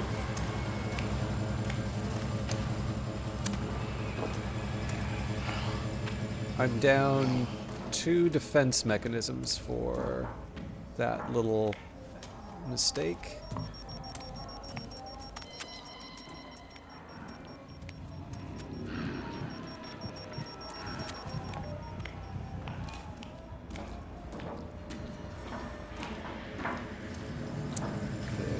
Another bottle. All right, let's try that again.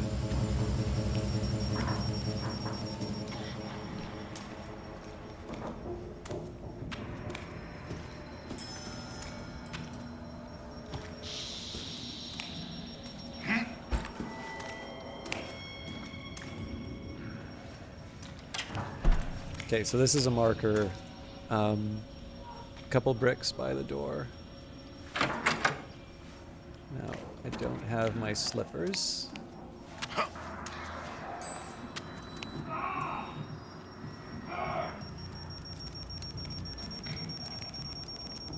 Okay, so A6. Shiny little nose! You won't get away like that! How much you bet I will? Go! Okay, I'm genuinely surprised by that. I thought going out into the bright would stop him.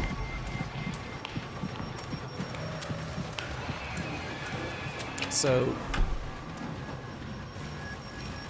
2 tasks now. Find a new way to, find something to heal.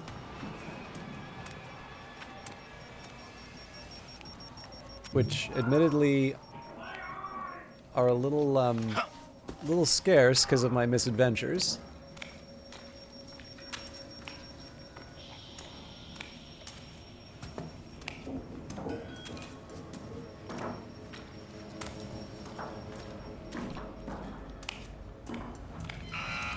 Ah, damn it.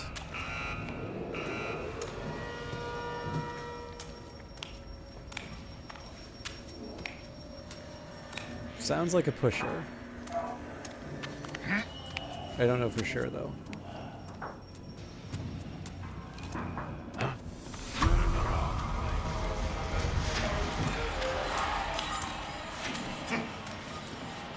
Okay, let's try this again.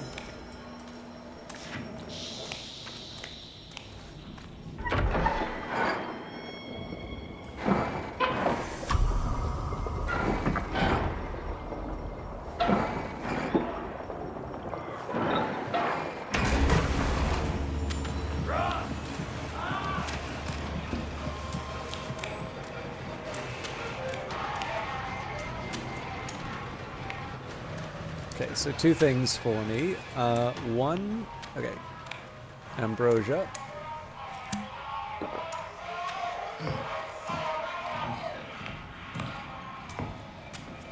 And then if I can find some batteries, that would make me very, very happy.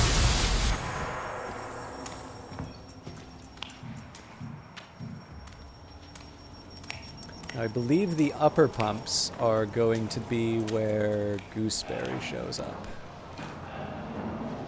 Okay, I think my best bet here is to just pilfer a couple of the...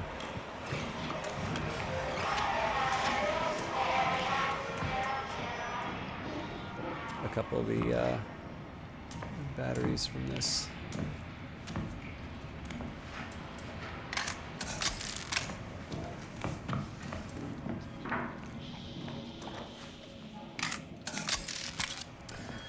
Okay, so we get to do all this again,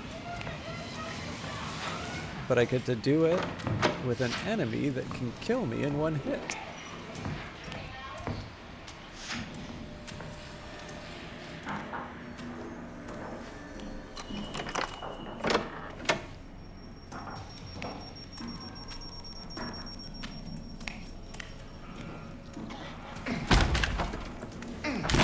That's probably going to be Gooseberry arriving. Yep. So, looks like it's hanging a left.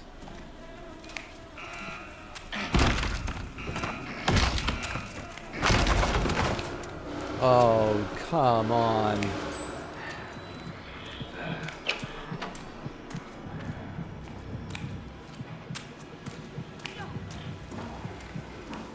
This is a risk.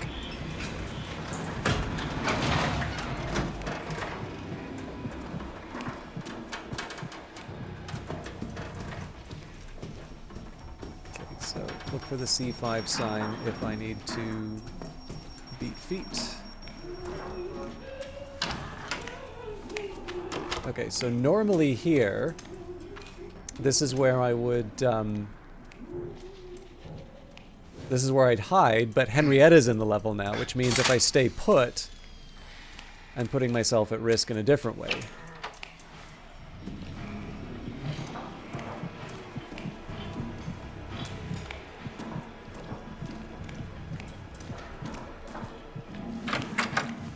So we'll follow what we can. Okay.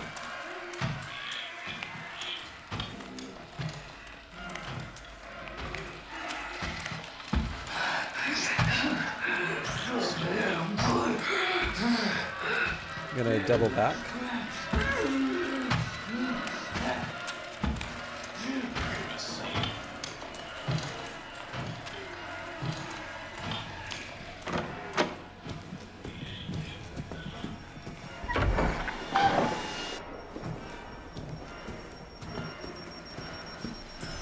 Oh crap.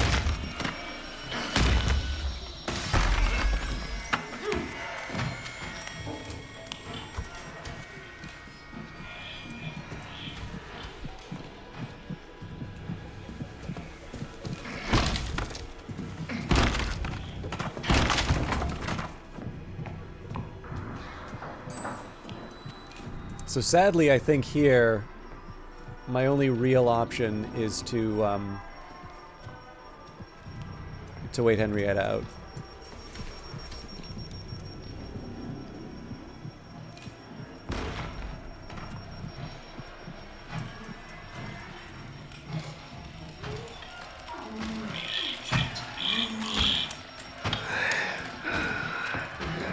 Now I can run.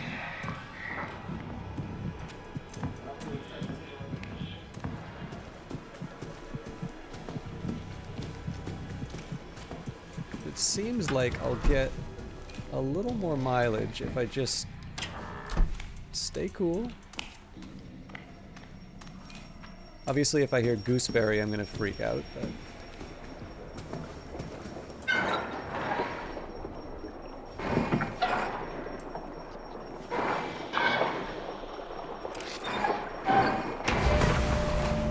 Okay, so obviously at this point, I'm gonna recklessly get a secondary objective.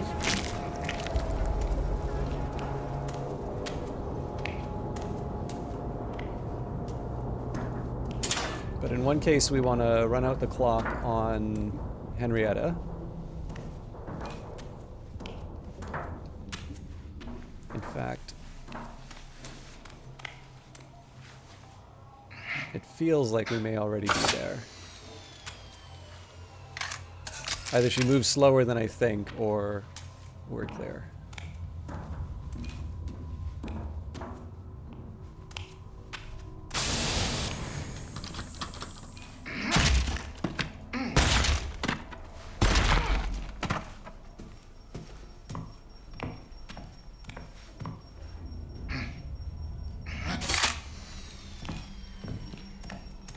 I saw some adrenaline, so we'll switch out the lockpick.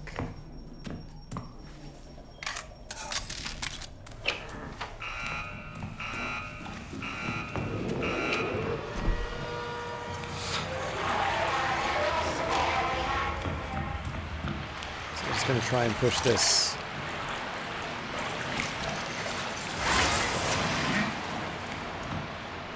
Basically, I was hoping I could ignore whatever was coming out the other end of that, so. Okay, we're not exactly in the home stretch, but we're near it.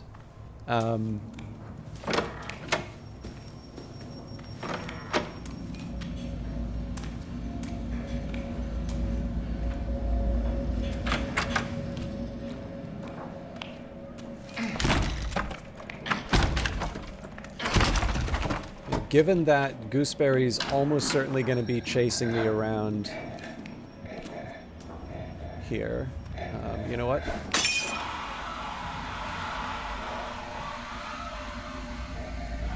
Not crazy about losing a projectile, but I prefer that to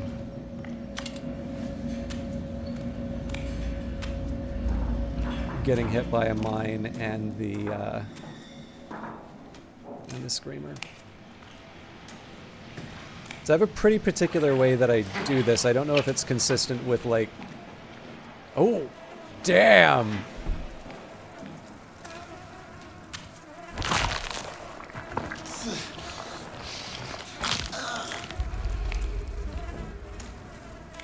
Alright. There's one button.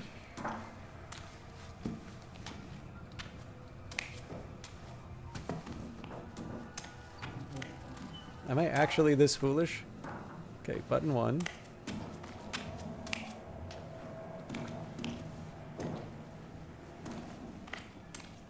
I don't think it's in the other room.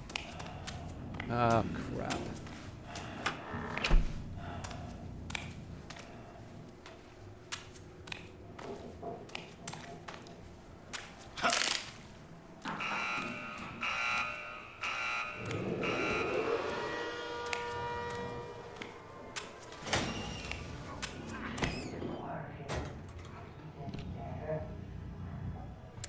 I technically don't need this stuff in this secret room, but it just feels dumb not to take advantage of such a obvious obvious benefit.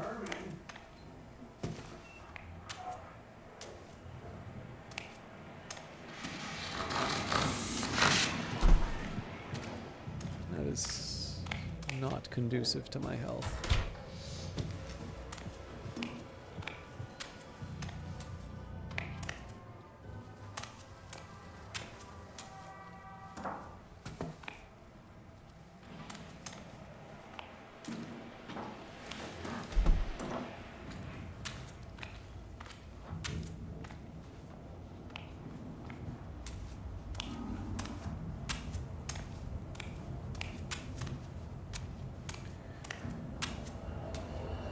Oh, you know what?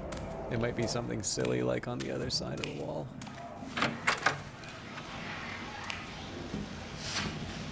Well.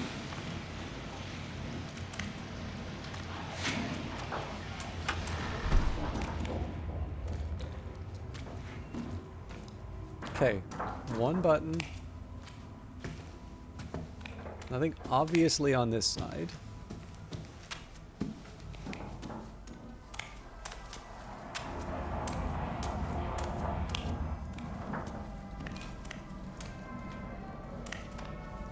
I think I've probably been spoiled by a lot of cases where like the buttons are like virtually beside each other in the level.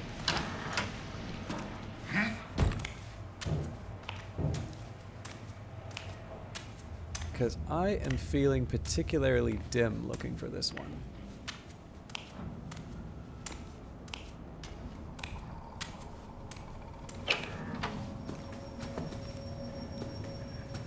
And I also think it's fair to say at a certain point,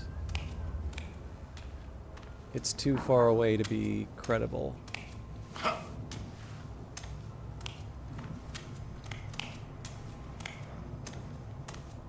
I'm also starting to sort of fall for the sunk cost fallacy because I'm looking at all this battery I've drained looking for the button and saying, well, now I need the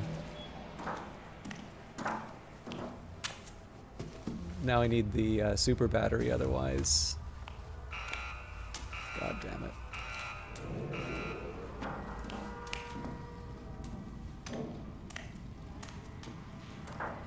Okay. I think I'm gonna do one more pass.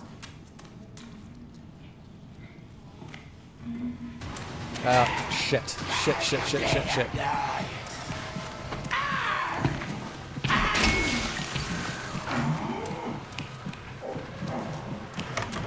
Okay, that gives me another reason to look for the button so I can get a recharge. God damn it.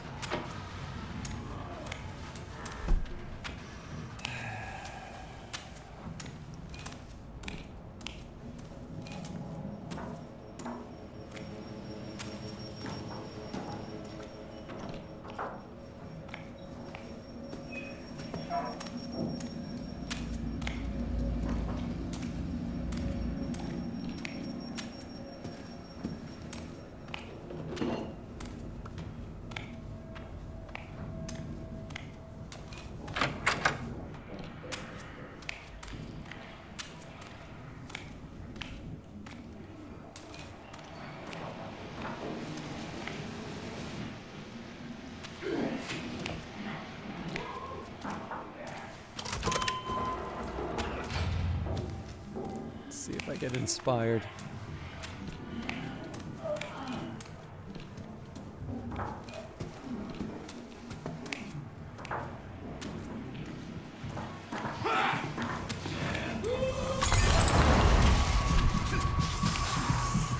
Another foolish choice. Oh, that cost me my full health too.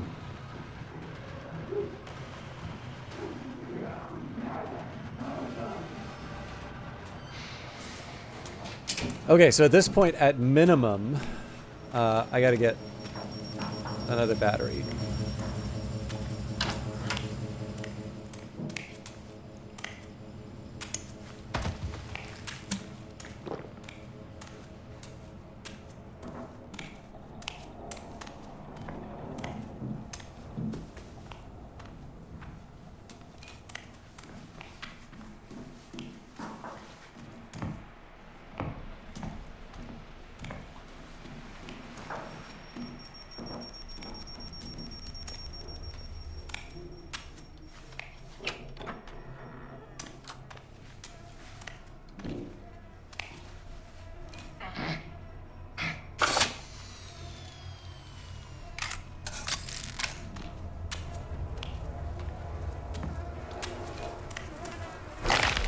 And I think the fact of the matter is, I've wasted a lot of time on that button. I think I'm going to do one more search, and then I think I need to...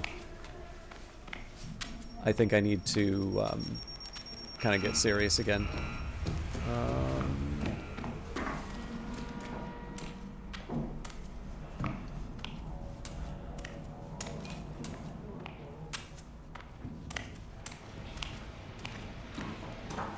Oh, this is interesting. I did not realize that these things stay down permanent. Well, I mean... Oh man, okay, that actually raises some other possibilities. So if it's 2 triggers, and you just need to find them anywhere in the level, God, that could be anything. But this would definitely mark the first time that they've been far away, so...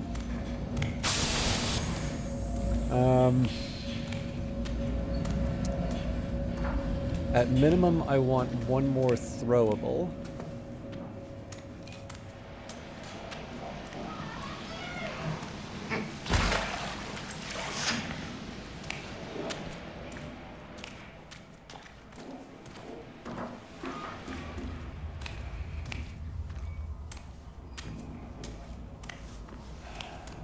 Okay, I'm gonna stop being a baby about it. Let's just make it happen.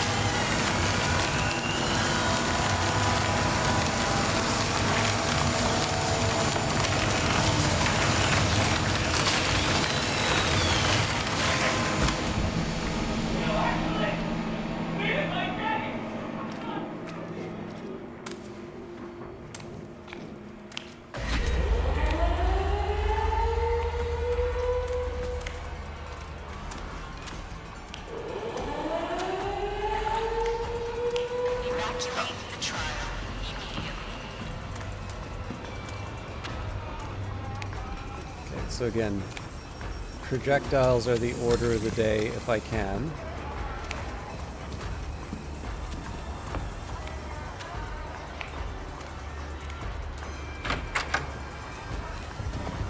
Damn it. There was a brick there.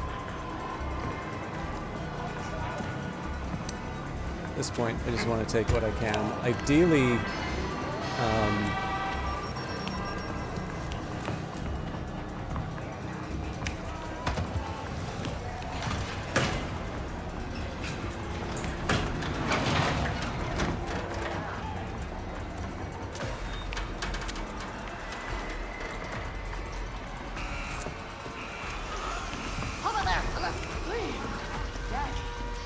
Call me Mother Gooseberry in front of the children.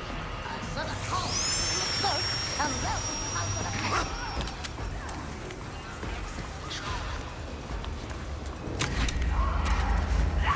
Oh shit, shit, shit, shit, shit. I'm dead. God damn it! Oh, fuck, fuck, fuck. No! Get them! Now! While they're down! Ah! That's so disappointing. That was the that was going to be the that was going to be the task award for me, and the problem was I actually didn't need to go in that barrel. I did it thinking that she didn't see me. If I had just stayed, I could have thrown the stun at her, and and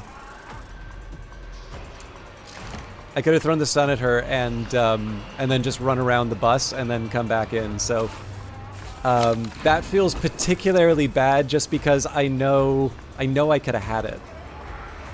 But that's fine. Lesson learned.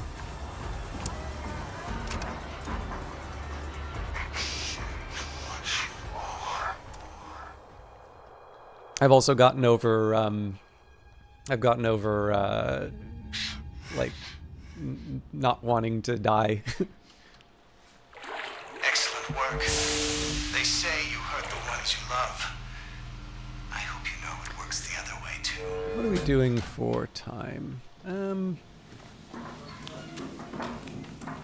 The big question I have for myself is, so there's a side of me that wants to do escalation again.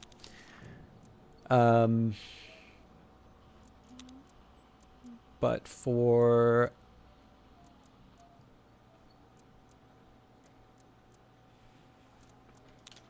okay, here's what we're going to do. I'm going to start spending some of these points. Go ahead. Okay, Be with you so in just for a the sec. stun... You let me know how that works for you. Good luck. So this is what I need for the current task. Take care now. Now, unfortunately, because I want to disarm 3 traps using the stun rig, that means I can't do escalation again. But that's fine, because actually, hang on. Let me just okay, blind mines, and we need to corrupt with the jammer rig. I actually think that's a fairly high level. Oh, it's you. Hey, weren't you just Yeah. Well, the days kind of blur together here, don't they? You be careful with that now. Once we turn in a few, tasks, we should probably be able to afford that. But for now, we've got most of our daily tasks. I'm going to do disarm 3 traps with the stun rig, and one of the other things that I've wanted to do. So under core therapy, so basically what I started off with, I had a long time where I didn't play Outlast Trials. Not even because I dislike it. It's just, you know, I had other things to do. So I stopped playing when there was only the fun park, and I think the courthouse was being teased, but it wasn't yet implemented in the game. So I was very surprised to see, like, I think we had Kill the Snitch, cancel the autopsy, and sabotage the lockdown. I think eliminate the past, release the prisoners, and teach the police officers were new ones to me. So what I did was I was like, okay, well, you know, I'll go from introductory. I want to get my like A+ on everything, so I'll work my way up to intensive. And then it occurred to me, like, I've got, you know, the 3 I'm familiar with, but in terms of new things, we've got 1, 2, 3, 4, 5, 6 different sort of regions. And on top of that, there was obviously 2 new prime assets. So I was sort of like, okay, you know, I don't know about this idea of like going all the way up to intensive and then having like, you know, this go back down to introductory and like learn all the bad habits again. So what I've slowly been doing here is I've decided to kind of go wide. So, you know, we finished the orphanage. So now we're doing the last couple ones in the fun park at standard. And then I'll kind of go into courthouse, etc., etc. And so the idea here is that I'm trying to raise the baseline for myself so that intensives is sort of the default that I go into even during special events. So with that in mind, I have one more standard to do, which is beguile the children. You are the mesmerist, gently murmuring behind the pendulum, guiding the sleepwalking children into the grinder we call propriety. Change the channel, switch the program, and we will let you out. So this one takes me a while usually, but I'm going to at least disable the three barriers, and then we'll see. The other thing that I can do is the X-ray rig, because that's just a duration one. So if I can't get to the corruption tier, then that's something for me to do later. It's also like the weekly tasks, right? So I don't exactly, like, I don't have to do this all tonight. You are the mesmerist, gently murmuring behind the pendulum, guiding the sleepwalking children into the grinder we call propriety. Change the channel, switch the program, and we will let you out.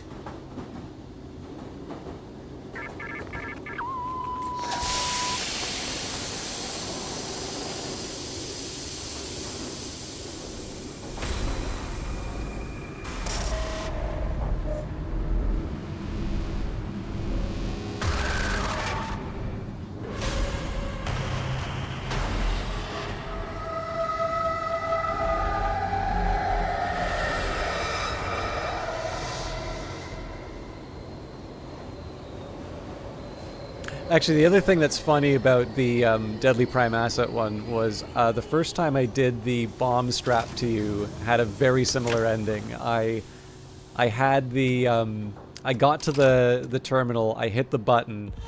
I was in fact ready to step onto the train, and unfortunately, I was I didn't get it. Alright, so I'm gonna have to wait a while to bang open that door. I'm not opposed to waiting though. Not like wait, like I'm just gonna leave it be and then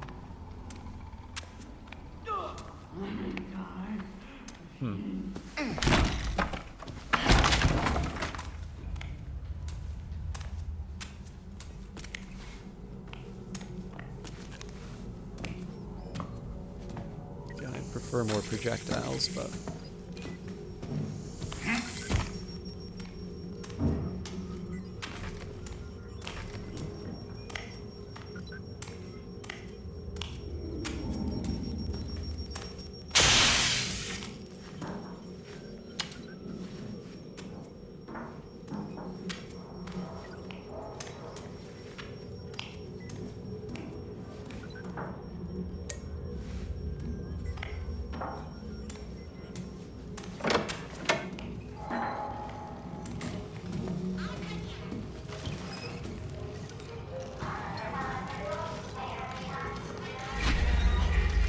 find the codes to modify the messages.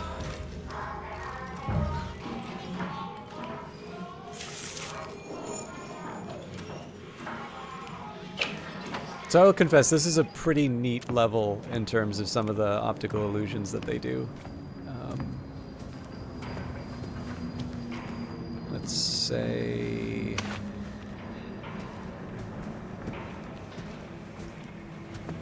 I'm sure you've noticed I prefer projectiles, although I don't always use them well.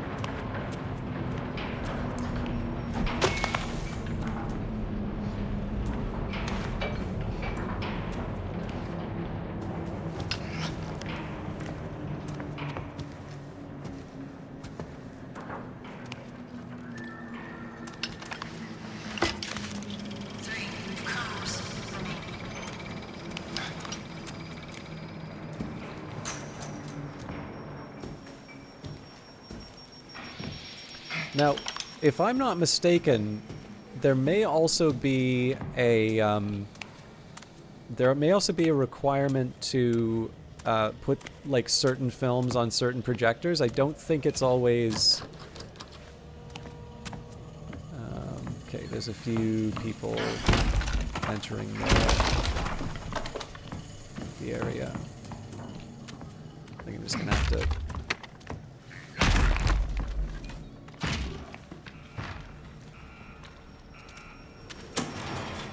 So I'm not actually gonna carry that thing until I know where I'm going. Okay, if I have to use it on an enemy, I will.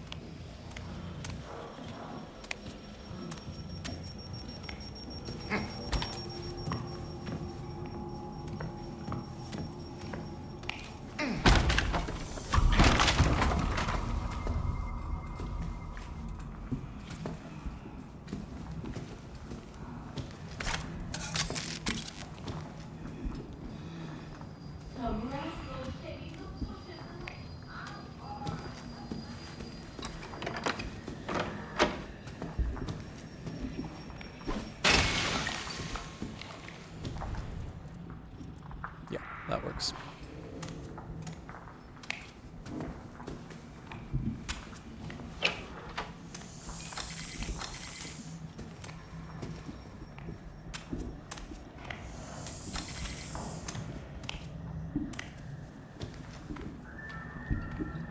So, big deal right now is just to try and find the damn projector.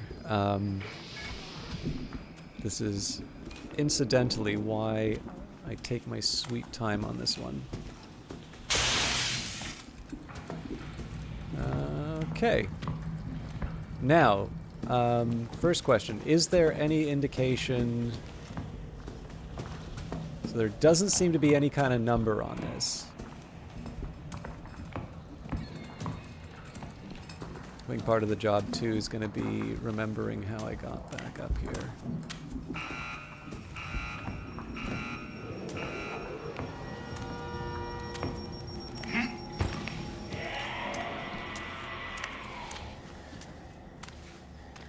That sound's going to traumatize me for life.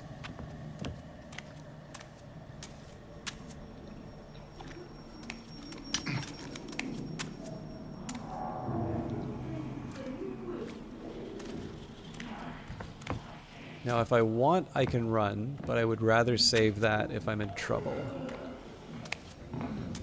Like now.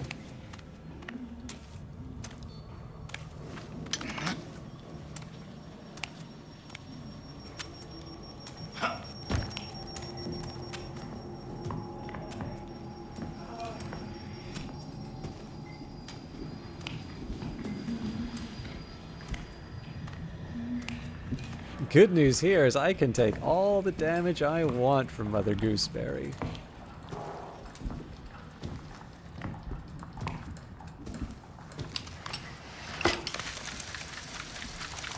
Okay.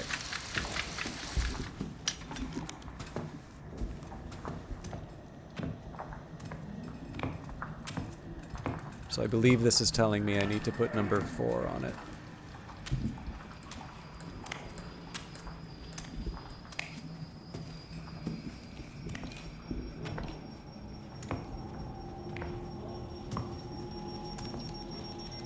I do think, in terms of the little mini games or little puzzles, these ones definitely can feel a little, I don't want to say unfair, unkind maybe, for the simple reason that, you know, lugging a film reel to a location, I don't know, like it's slow movement, right? Like I kind of feel when you say, oh, I'm playing Outlast Trials, what did you do? It's like, oh, I spent 20 minutes carrying a heavy object around the level. That maybe isn't quite the player fantasy that I should have paid attention to how much was left on the... It's done. Anyways, that's fine. Also, I should be looking for more propaganda. But yeah, so, I don't know, like, I have the prescription, so it's not as slow as it would normally be, but But yeah, so like the idea that it'll take you a second time to... Hiding from Mother only makes things worse.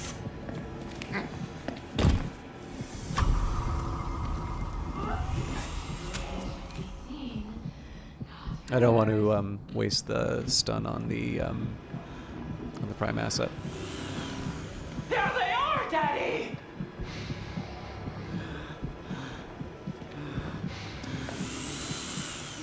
Come here, little darling!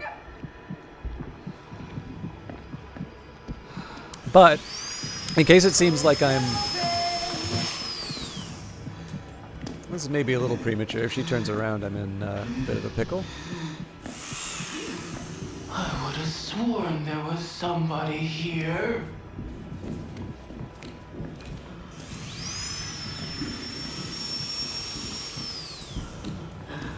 What do you think, Dr. Futter?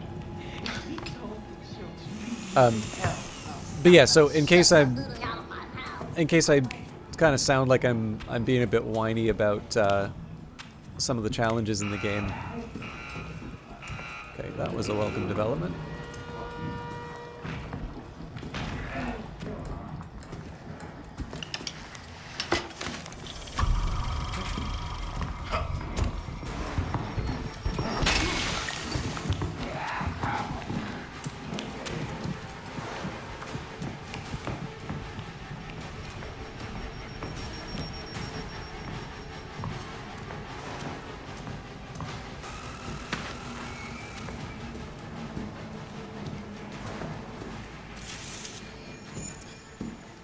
Okay, now, looks like there's only one... Oh no, there isn't.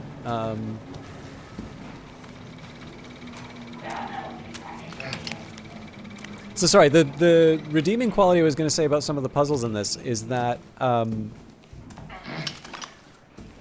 Actually, I don't know that that's going to be 3, so maybe I should find the other one inside this area before I... move too much around. What I have tended to notice is the way... Now, whether or not you, the player, recognize it as such is a whole other question. But my belief is that any given puzzle that you run into in this game, basically it'll take you 2 tries if you're focusing on what you're doing. So you can kind of consider the, you know, when you're turning on the generators, you have, I think it's like, I need to remember exactly how it's structured, but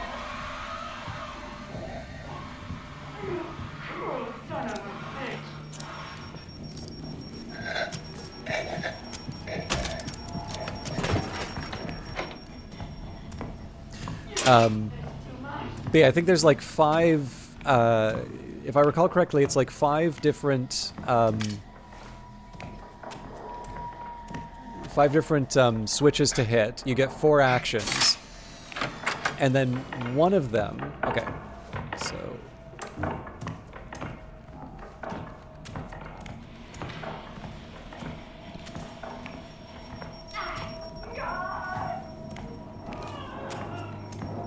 It does look like there's down...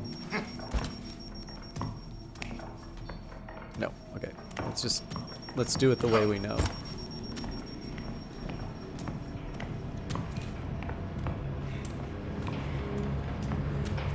This is not where I should be. Yeah, none of these are familiar.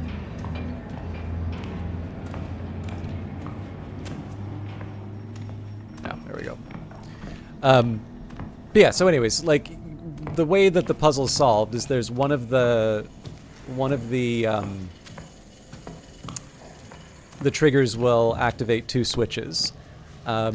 If you do it in the right order the first try, well, I mean, you get it right. But if you need a second try, you already know what the double switch is. So you start with that one, and then you will always have the you'll always get the solution the second time. Now, again, depending on the difficulty that you're playing on, and depending on how you're feeling in the moment, it may or may not be obvious that it works that way. This is not a fight worth taking.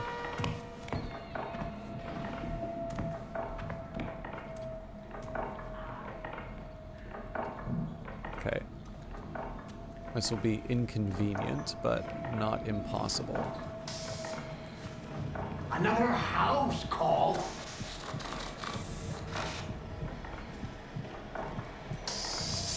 I don't think I have any more, Too much reality in these cards.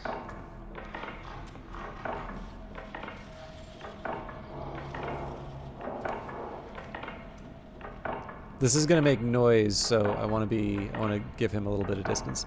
But yeah, so again, whether you have the presence of mind is another question, but in principle, you should never need more than 2 attempts. Okay, cool. I'm also going to need to remember these. So I believe it's Club I...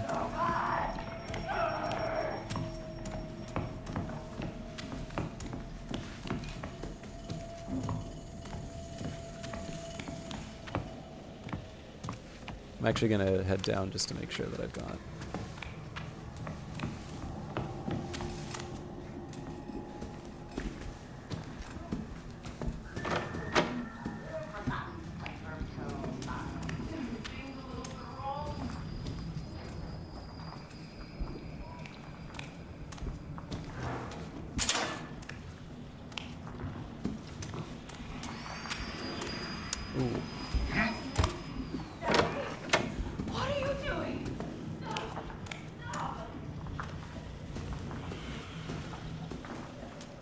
Obviously got turned around.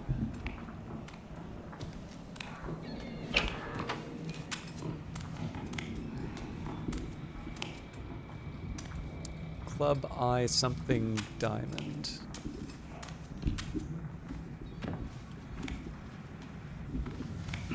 And I still think that's wrong too.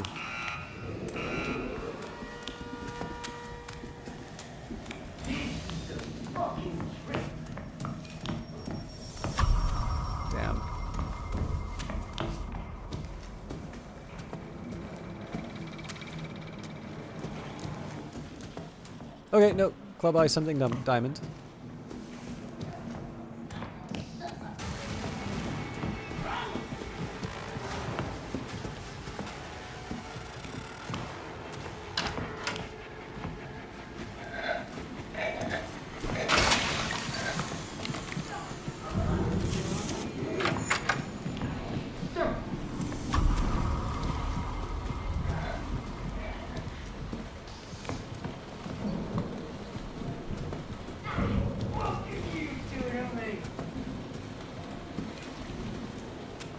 God damn it.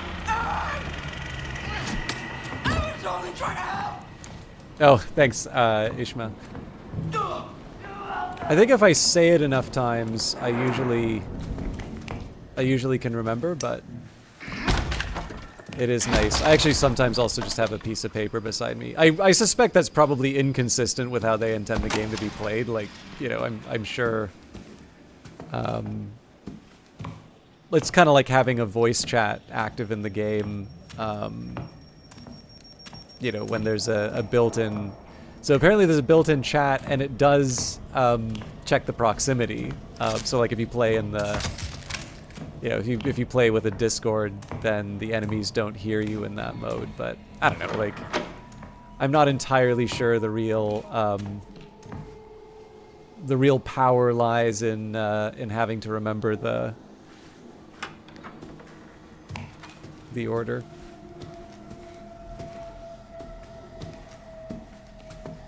I'm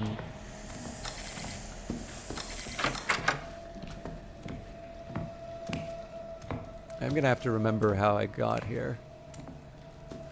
I think probably the projector's the priority. But yeah, so as you can see here, right, like we when you do it the first time, it's a 1 in 4 chance you get it right, but you always know the second one will be correct as long as you identify the number that's open. So that feels kind of fair. And like I said, it's not... It doesn't warm my heart to lug... Okay. That was my... I shouldn't have been wandering around like an idiot when the...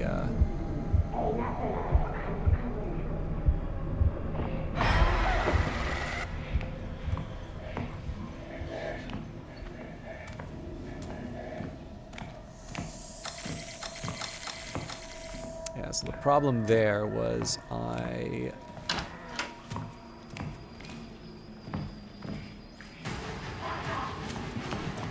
I didn't really gain anything for that little adventure.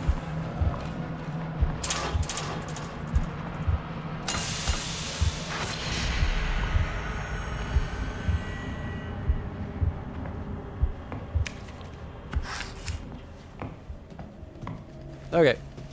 Reset.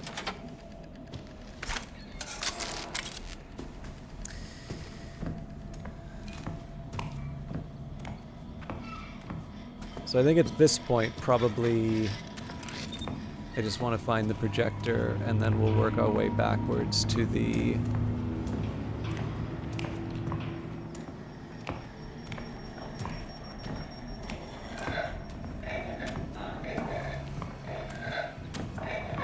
Actually, this is not a bad place for him to be, so I don't exactly want to be clomping my boots all over.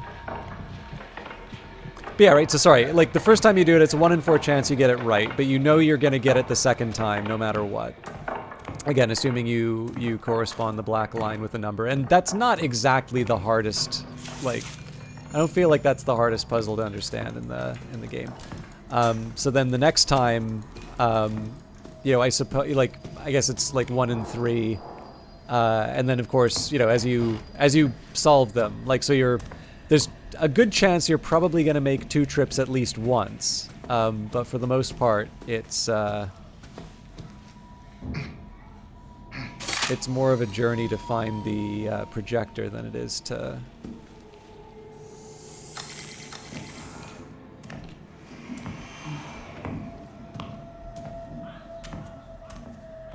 I do like the optical illusions.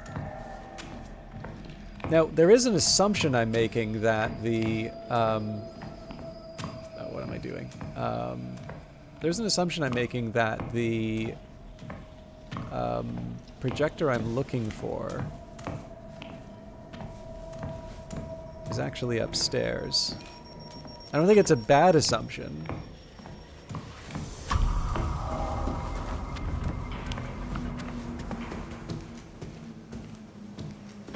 But it isn't necessarily the case that...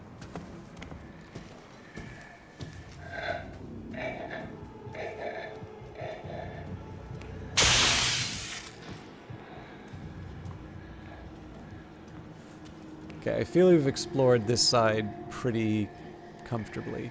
I suppose the big argument against the projector being on this floor here is that there just aren't that many places for it. Got slippers.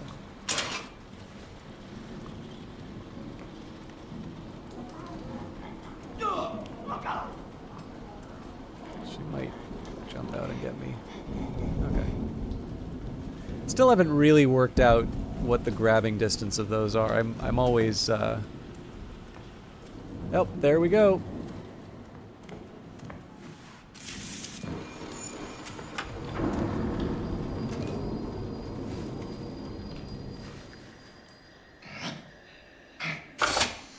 There's a side of me that wonders, like, this is, this level is very different from the, this level is quite different from anything else in the,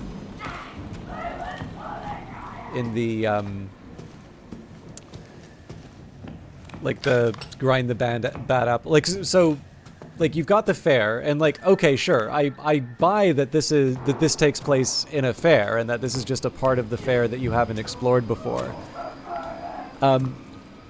But I sort of wonder, like, was this partly for the fun?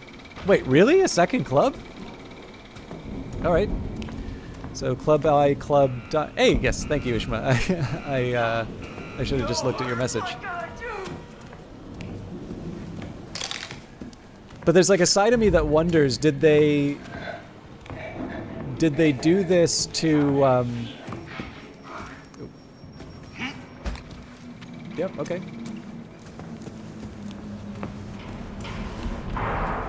Did they do this to, like, because it was fun and they wanted to, like, you know, they're good level designers and they wanted to put some optical illusions in. Okay, club. Wait. Club. Diamonds.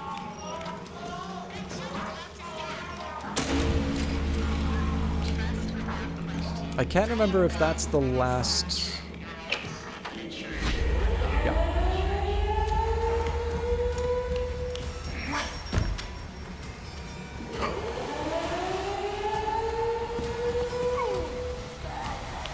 Yeah, so here's the fairground stuff, I guess. The big man is stupid.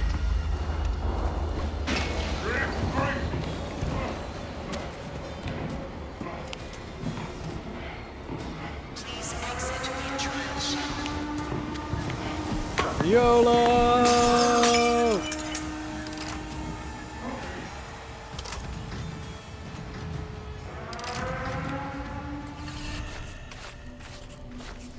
Hooray. Alright, so a little longer than it's supposed to take, but potential mana personality candidate. Mark for sodium amytal questioning regarding Skinnerman.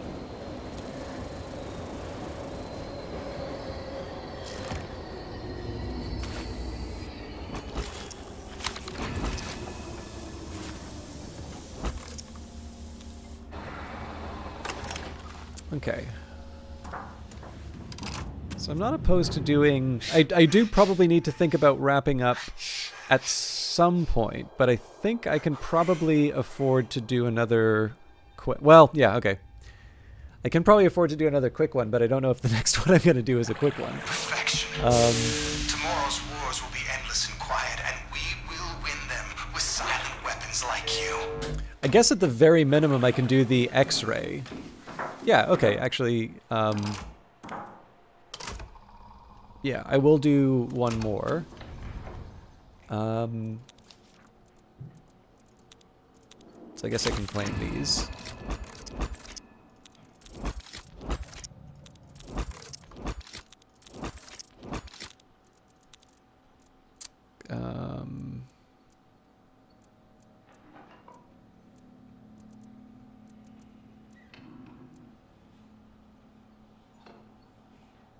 Oh yeah. No, if that's the case, you'll definitely I'll let you enjoy your beverage.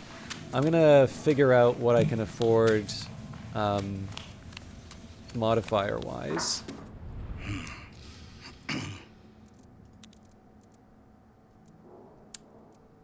Okay. Careful out there. So use X-ray for 120 seconds. That's a showing up question. 3 blind mines in a single trial. I don't think I'll really use them, is the problem. But it is very easy to do, so...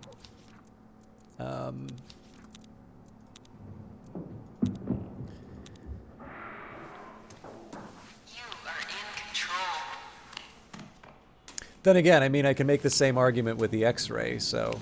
I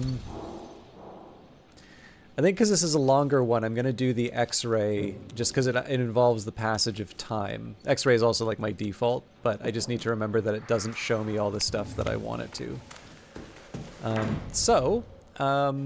There's like a temptation to do escalation, but again, my tasks aren't escalate. Well, okay, technically my tasks are escalation because I like blew it on on 10. I actually don't feel that bad about it. It's just sort of like, yep, I made a stupid decision. I was punished for it, but like it's completely on me.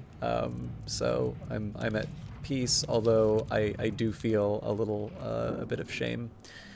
So vindicate the guilty. So I imagine you will probably have. I imagine you're going to have plenty of time for your drink. You may have time for more than one drink. I'm still working on my now not so hot tea. Vindicate the guilty. We cannot allow our innocent institutions to be persecuted for their clear guilt, sabotage the proceedings, silence the witnesses, and revoke the authority of the judge. This was the very first bit of new content that I played after having like a more than year-long hiatus from this. This is a hell of a return to Outlast Trials. I find a couple of the other courthouse ones to be quite mazy, and it's really easy to get turned around, which means like the 15-minute ones take me like 45 minutes. But I will confess I'm really pleased and surprised in a way at how Red Barrels has expanded this game.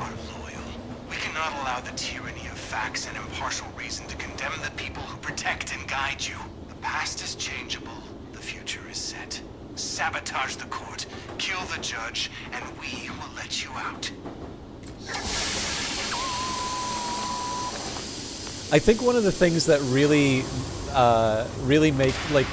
sells me on this particular one, it's the interactions with Coyle and the legal proceedings.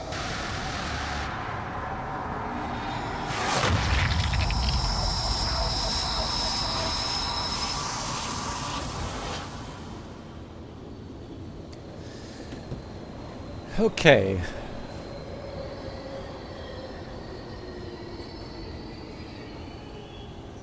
The one that I struggle with here is the evidence. I'm really thick when it comes to finding the numbers, but I'm not going to get better if I don't practice. So.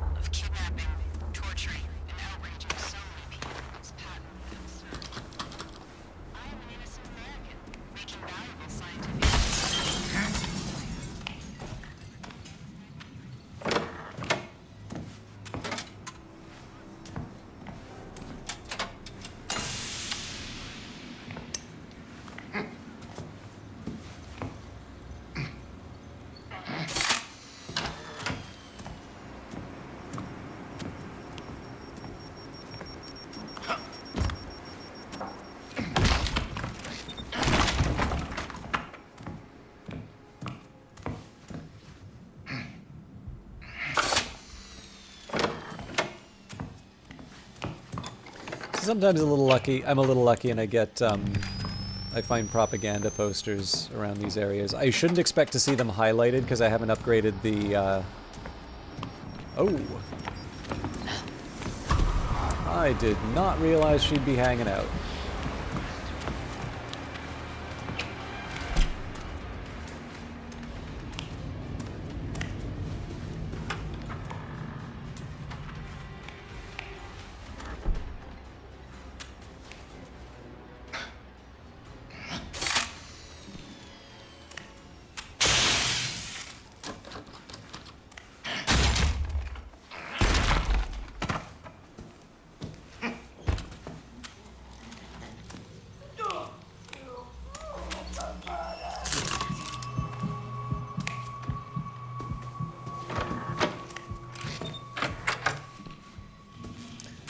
I didn't quite realize that giving up on the lockpick damages you, but Please report to the courtroom for an opening statement of defense.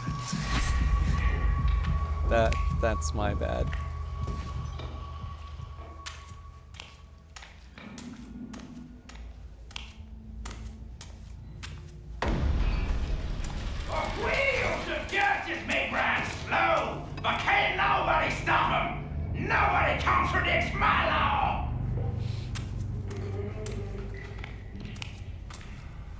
Coyle in the game, for those of you that have like read the comics or the lore, like he is objectively a very bad person. But he does get some really good lines.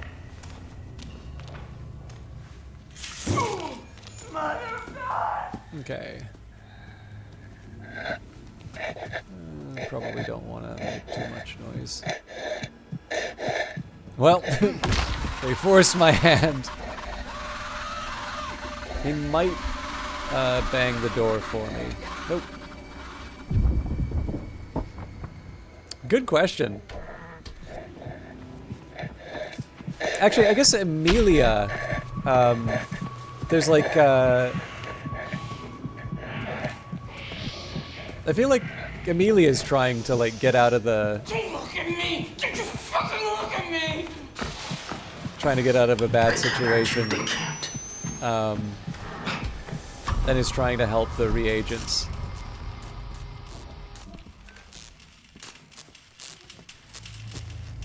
Actually, don't know, Ishma, if you've heard me talk about some of the... So, for a very long time, I've been under the impression that Outlast sort of gets its inspiration from experiments that were actually done in Montreal, in a place known as the Allen Institute. So there was a man named Ewan Cameron, and when I was commenting on the Road to Signala events, so some of his psychological studies, I'm just going to do a quick look around for posters while I explain it, but so one of the things that he did was study the German psyche following World War II. But the really sad part of his work at the Allen Institute was it was actually human experimentation without the consent of the patients, and it was part of MKUltra, which was a real thing. Although obviously there's a lot of like, if you do a search for MKUltra, there's a bunch of conspiracy stuff for it as well. But it looks like the character of Easterman really is. So I'd always thought like the original Outlast, like Mount Massive, was inspired by that, but like Easterman carries a number of features that are true for an actual historical figure. Ladies and gentlemen of the court, the state accuses my client of kidnapping, torture, and mutilation of 4 men and women. To which I say, where is your evidence of these heinous crimes? If there's no evidence, there is no crime. I swear to tell the truth, the whole truth, and nothing but the truth. So help me God. Yeah, no problem. What I You're gonna stop this! You bastards are gonna stop this shit right now! It's just a doll. I'm alive. all right.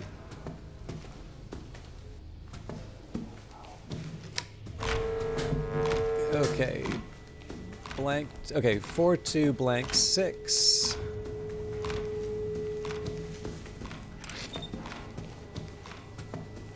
Uh, 4296.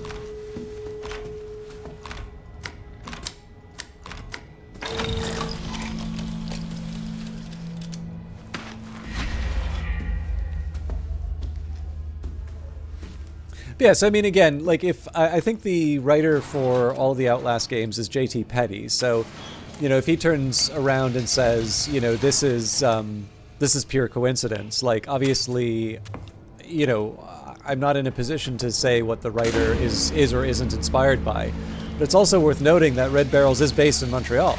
And so I find it, I kind of talked a little bit before how there's this idea in Canadian literature of the sort of the garrison mentality. You know, it starts off as a colony, and the wilderness is a hostile place. But even in the modern age, we're next door to a very large cultural exporter, right? There's that worry that Canadian identity will be subsumed by the U.S., which is much larger and, you know, has, you know, Hollywood and Nike and like all, like, you know, the the world likes American culture and products.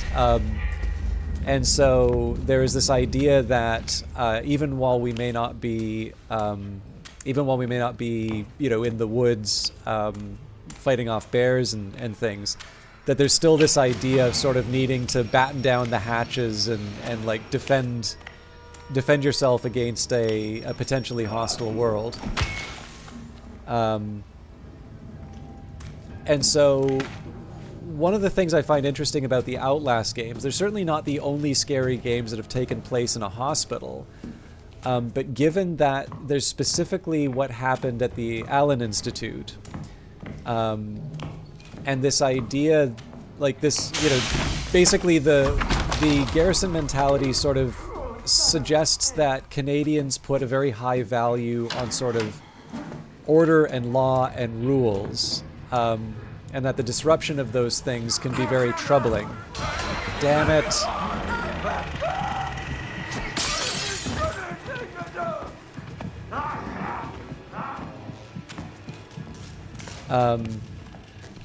The disruption of those values can be troubling to Canadians in a unique way. There's something about the idea of a hospital that is turned against you, right? The idea that it's a place that instead of healing you, it would experiment on you and potentially make you worse, because there's some lawsuits still going on about the Allen Institute. To me, that strikes me as a uniquely kind of Canadian horror, which is interesting to consider, right? So, you have, like I said, Canada isn't unique for making horror games that take place in hospitals. The idea of a place you should feel safe, not feeling safe, is a pretty common idea in horror. And yet... Oh.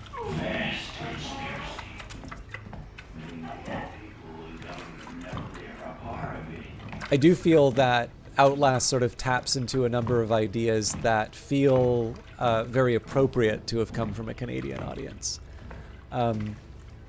Exactly, yeah. And I'll say too, like, especially Quebec, which again is where Red Barrels is based. Like, Quebec actually puts quite a bit of money into supporting its cultural industries, because for a very long time, French Canadians were not treated well by the rest of the English-speaking Canada, right? Like the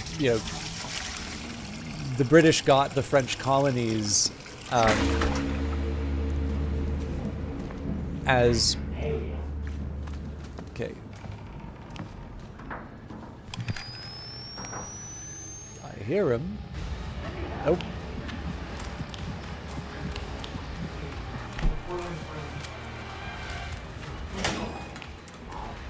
But yeah, they're handed over first of all, the war started in the colonies, and then the French colonies, what would eventually become Canada, were handed over as part of the resolution of the 7 Years' War, and the Acadians and the again, French-speaking Canada for a very long time was again not treated well.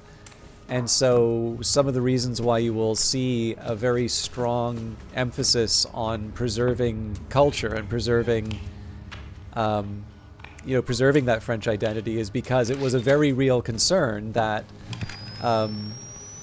there was an effort, I guess for lack of a better term, to sort of stamp it out, or at the very least to... Oh. I was getting greedy. I was looking at the toys. All right. This too shall pass. Oh, I'm gonna. So I don't know. Like it's interesting in a few ways to me. So one, I mean, again, the fact that there are these generous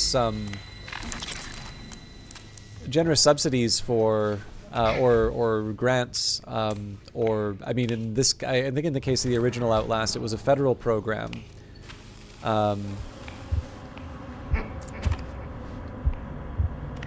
That gave some money to support. Oh, right.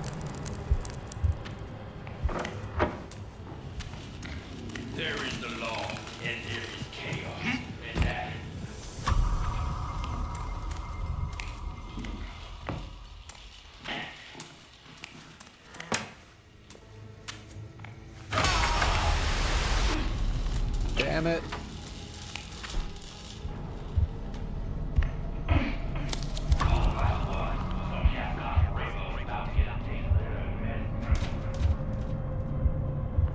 I kind of want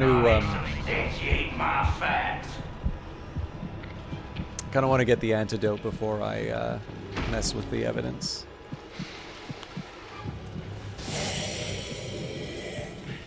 Oh, good. Eerie fucking beautiful.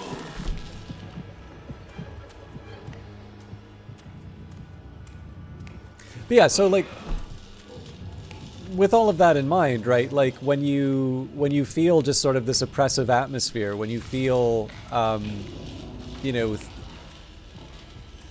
the things that would normally protect you and keep you safe are the very things that are trying to take you apart or remove what you are. I mean, in the case of the Allen Institute experiments, those really seem to have been sort of about annihilating sort of the personality, and a bit like Easterman's doing inside of this. And so you can kind of see how, if one of the reasons why the cultural support exists is because there are people, again, trying to erase that identity. It just has this level of authenticity to it that you wouldn't necessarily see in other... Okay. This one I can do. And other products. So, the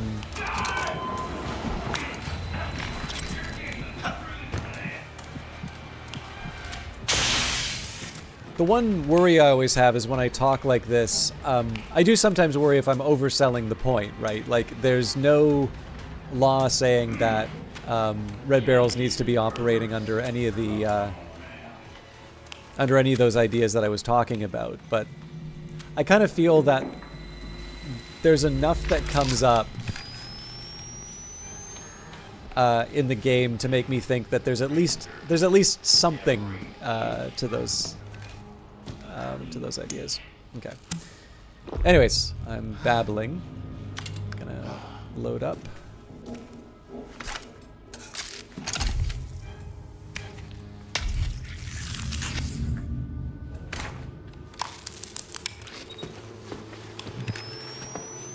Rural hospital's not a safe place. Place of sick and dying people. Place where people get cut open, but for a good person. Yeah, actually, oh god, I'm trying to remember. I think it was Heraclitus had that line, you know,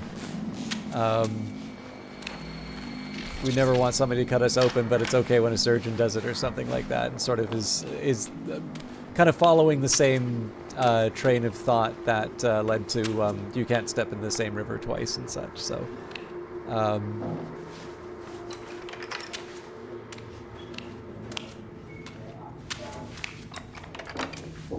let's see if we can do this first try. Okay, 8 blank blank blank, 8 blank blank blank, 8 blank blank blank, 8 0 blank blank, 8 0 blank 9, 8 7, sorry, 8 0 7 9.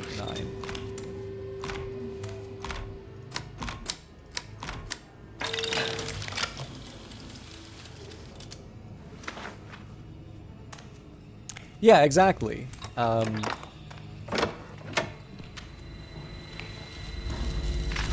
Get your filthy hands out my cookie jar!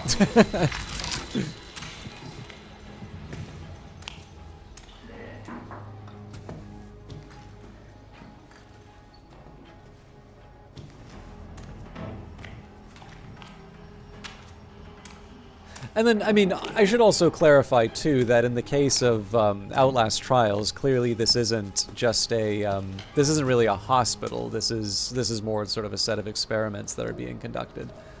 I think I need to get more of these, right? Please return to the courtroom Oh, maybe not. presentation of evidence. But it's a similar idea, right? It's the same idea in that H.P. Lovecraft. It's in like the H.P. Lovecraft section, which is, you know, you have this institution of science which we tend to associate with positive things, with like development and all of that. And yet in this case, you have the scientific method being directed specifically against annihilating your personality and making you more malleable for Murkoff. Considering the lack of evidence, I move that the case against my client be dismissed. Objection! Your Honor, the state requests a recess while we gather witnesses. You little birdie. Pretty song to say.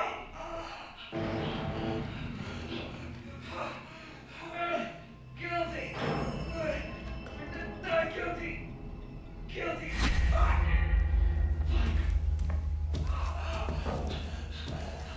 All right. So this was interesting to first encounter.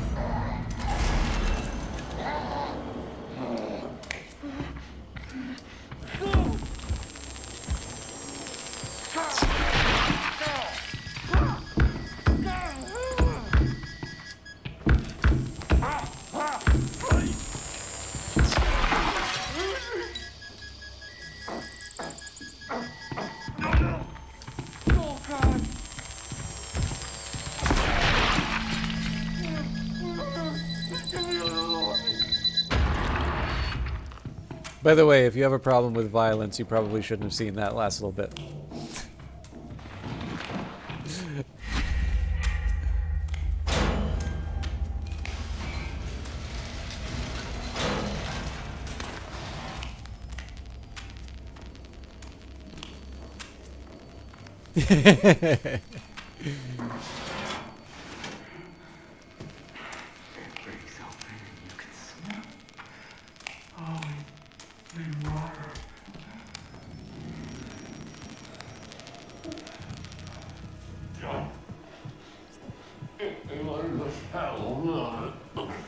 So it feels like these guys like kind of charge after you.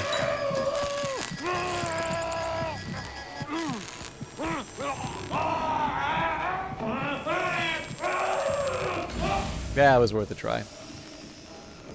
Although I can hear the section they're going to. What was I gonna say? Yeah, so I was really intrigued by the fact that when I did this, like it occurred to me that I wasn't just playing a new level, but they actually introduced a new mechanic that would potentially show up in other, and it does, would potentially show up in other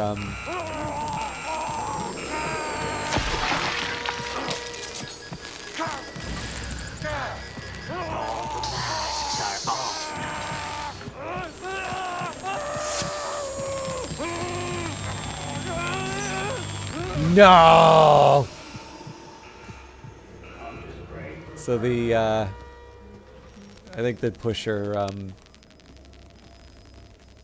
blocked him, but I didn't quite deliver.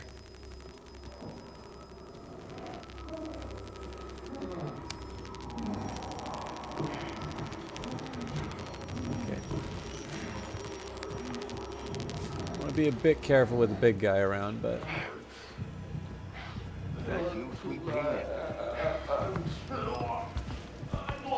Pink fucker!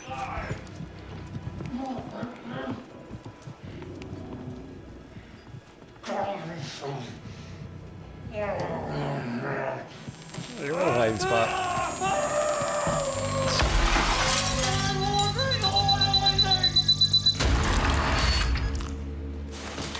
Also should be using this more. The whole point of doing this mission was so that I could get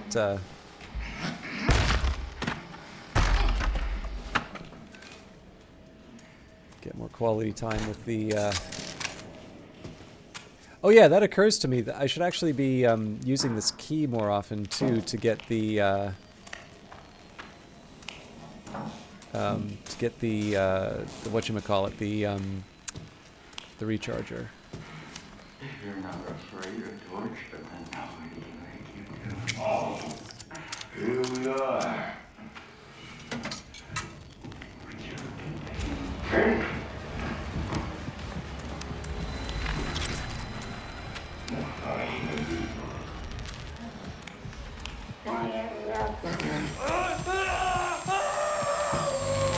So I'm just gonna straight up run here.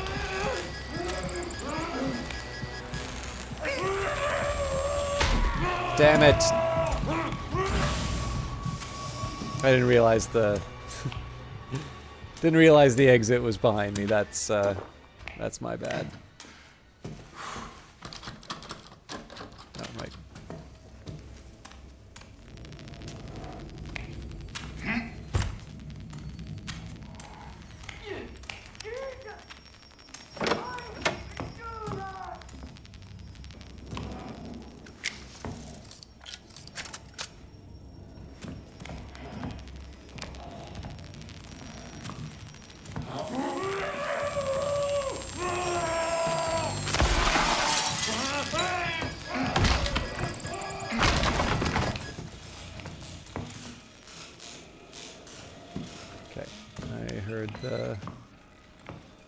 Oh, sounds like there's a pusher or a pitcher coming as well.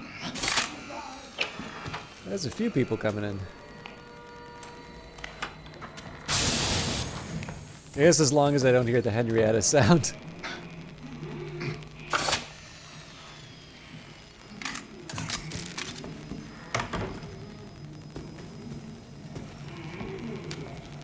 I feel like I can't...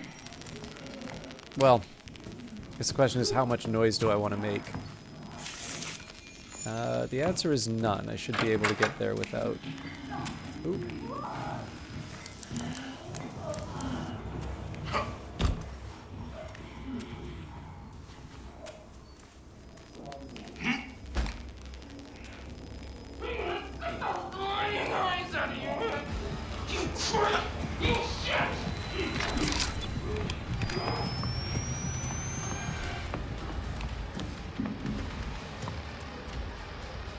Alright, I have to throw something, I'll do it, but should be able to get back. I just wanted to find a way that didn't involve breaking a window to, like, take out the...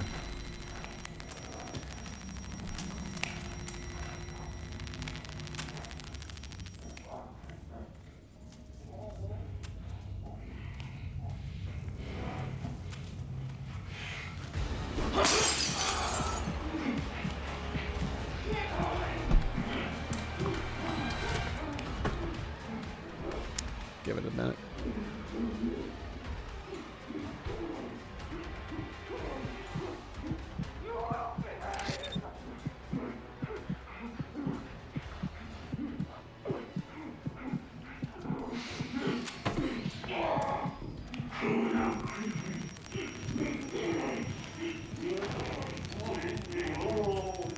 Got him.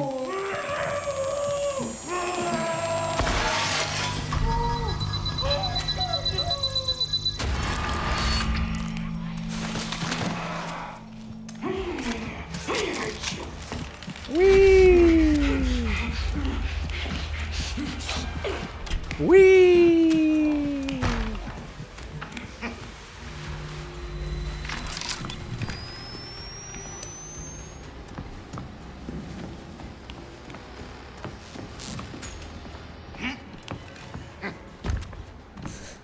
Almost gave myself a little little charge there. All right.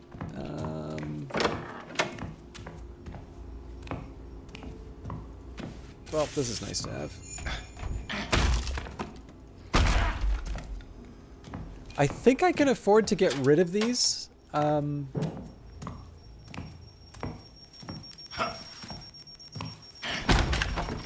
probably shouldn't, just in case, but...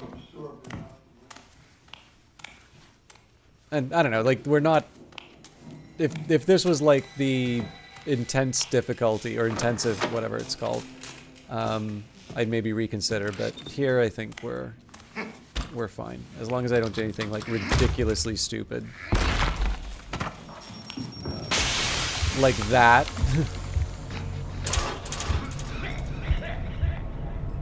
That's the second time I did that.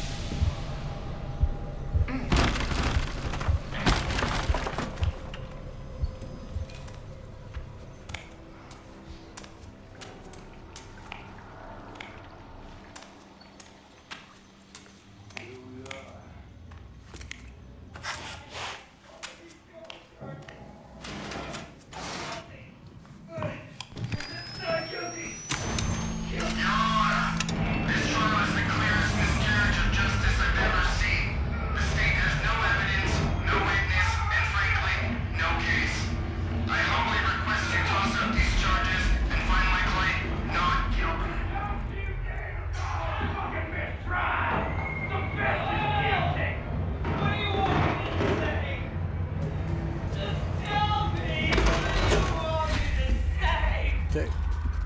Oh, right. Yeah, so this is it. If I'm gonna...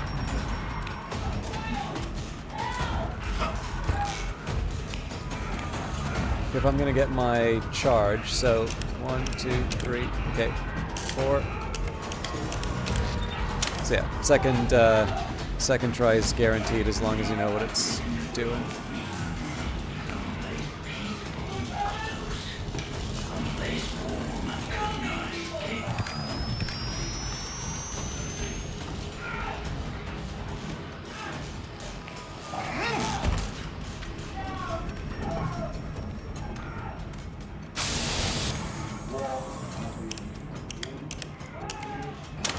And sometimes you get lucky. Don't you worry, honey. Okay. Don't you fucking dare!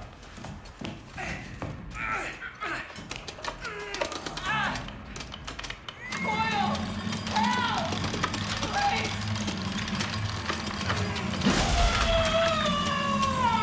If she ain't guilty, then why is she on trial? I've never heard him say that line before. That's really good. Don't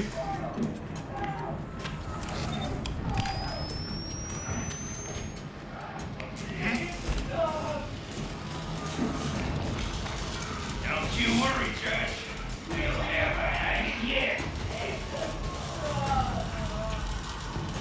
Thank you. Okay. Come on, man. Guilty's the only way this goes.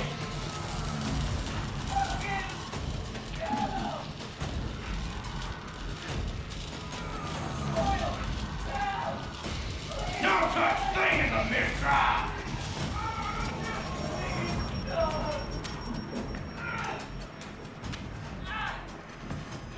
You're evil! Jesus! No!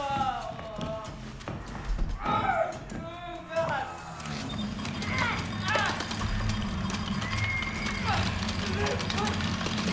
Oh, they're buggers!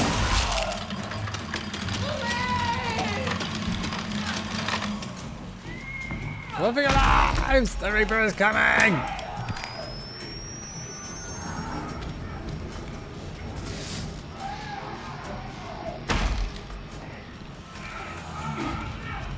know how to spot a communist. I've seen that movie. Mistrial, my motherfucking ball sack. Okay, I kind of want to know what movie he's referring to if he's... Can't make it harder. Get ready.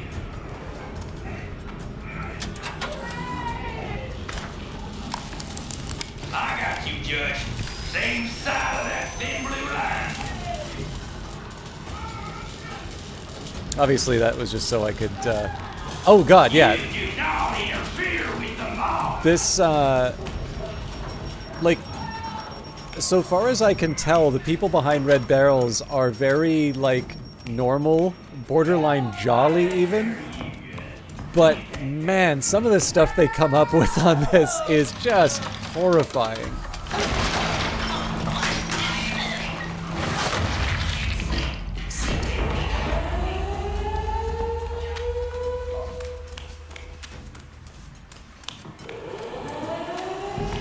Whoa!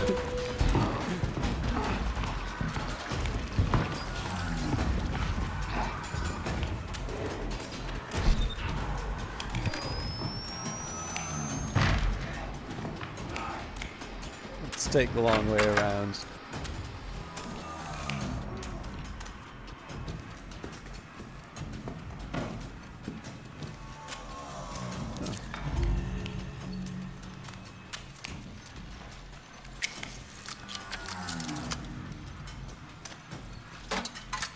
Oh, one more charge for good measure.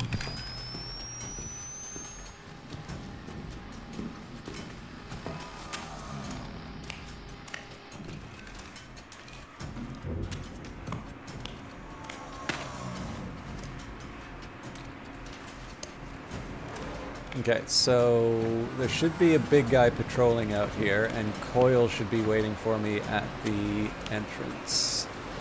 Oh, that's Coil arriving now.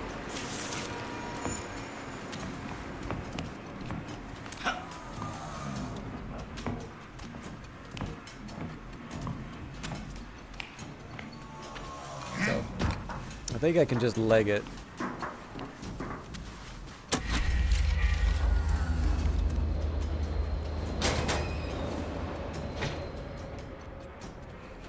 Obviously it worked this time.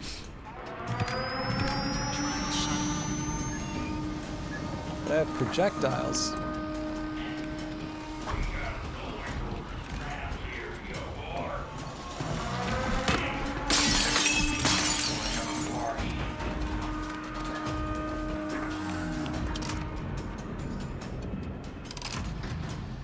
Alright, so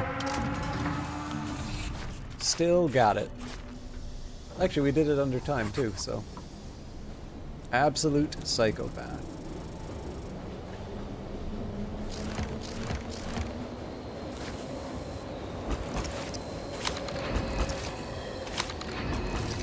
Well, that's welcome. I think that actually takes me to my, to the rig that I need to do the next challenge. How's your lemonade, by the way, Ishma?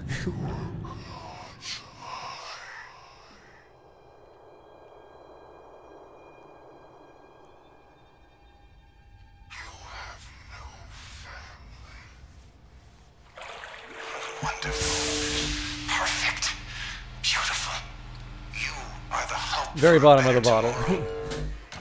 Make sure to... Yeah, no problem. Make sure to save that bottle in case you're being chased by a giant.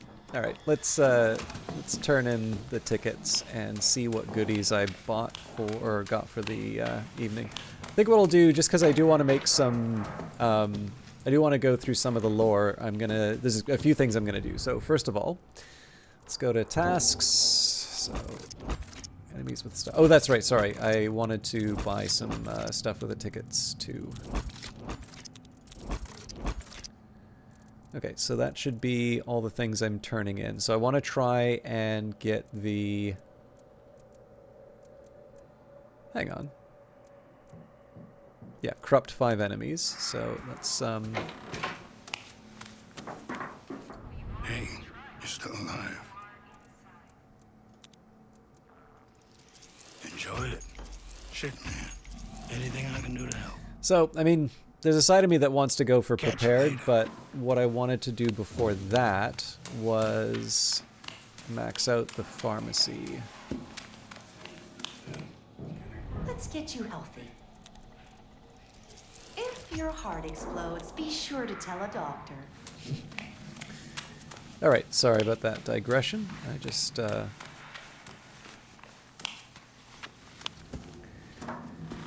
Okay, so, we go to the catalog. So, one thing I really like about the live service for this is that you get the Murkoff coins.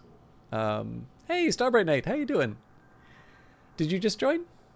Yeah, so basically by completing these catalogs, you get enough for the next seasonal one. The one that you pay for that costs real money would be... Well, I mean, you can choose how you use your Murkoff coins, but basically you can get a seasonal catalog by filling out the catalog. So it's, you know, I think it's a pretty good way to motivate, you know, motivate the sort of things that you do in a live service game without feeling like you're being nickeled and dimed for every upgrade. What have you been playing lately, Starbright Knight? It's always good to see you. So yeah, completed that as much as I could. Good. Series catalog, one series. So the reason why I upgraded the jammer rig was because, I mean, I'll already get the unlocking, but corrupt 5 enemies with the jammer rig, I can do that. I have 5 days to do that, so I don't have too many worries about that. And then place 3 blind mines in a single trial, like that's pretty straightforward. I think that's just a matter of like play. I don't even need to do anything with them. I just need to put them down. So I figure like probably a trial where, you know, I just don't really feel I need the benefits from the rig, I'll probably just do that, and then every time it's on cooldown, I'll just make sure I put down another one of those. So I'll make sure that I load up the jammer just to make sure that I'm corrupting enemies. Let's take a look at all the cool stuff I unlocked. So we've got a fancy new tabletop jukebox. We got a nice flower wallpaper. Oh, didn't want to do that. Crap, where's my old... Yeah, this'll do. We also got kind of a window-looking wallpaper. What else did we get? We've got fancy... I don't think that's a fleur-de-lis, but looks kind of like it. Tiled floor. Good for washing the blood off. Got milkshake bed. Also got a striped bed. And I think there was another one that I moused over by mistake. Oh, that's cool. Yeah, there's actually, so the design that I did here, I did like the idea of having at least one of the collections, but there's actually some specific reasons why I built it this way. So I personally have a lot of books and I really like reading. So if it's my cell, of course I'm going to put the books inside of it. But I thought the idea in terms of decoration would be to try, because you never see the outside in this game, I wanted the cell to be as close to an approximation to the outside as you could get. So sort of you got the blue sky, you've got kind of green earthy ground, and then sort of the blue and green, right? So this is where the water is. And I could have made this blue too, but it just sort of felt kind of appropriate for the mood, and then there was the evidence. The evidence just sort of felt like the most appropriate sort of room setup to go for. So this is just me trying to add a few more decorations, and then I'm not quite ready to go for like the full psycho-looking posters. So I thought the two abstract ones on beside the bed, and then sort of the what seemed like movie posters on the side here. So something that conceivably someone who's trying to retain their sanity in this horrible place might have for a cell decoration. Okay, new behaviors. We got confident. Look at that confidence. So got angry, confident, scared, usurpation, and default. Victory poses, running, heroic, which looks particularly funny in the diaper. Replacement. This one definitely caught my attention when I first saw it.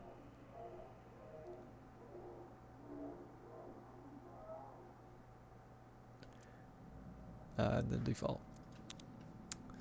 Identification. We have, what's our new picture?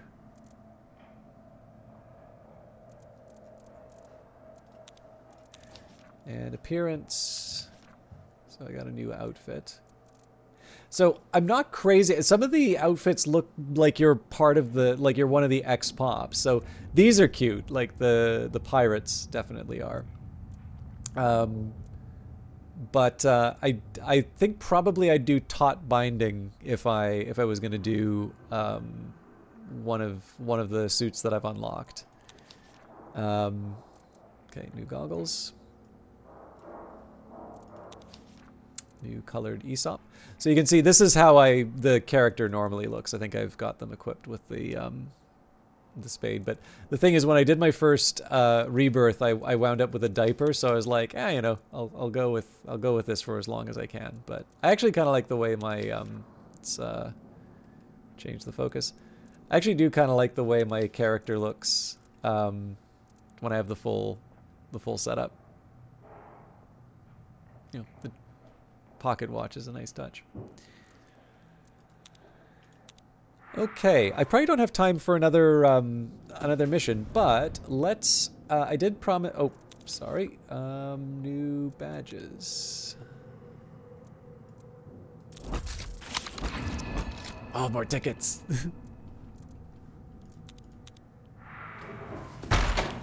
Spend. So this is an example of how elaborate the decorations can get. Would you like some drugs? I hope you can handle it. You behave now.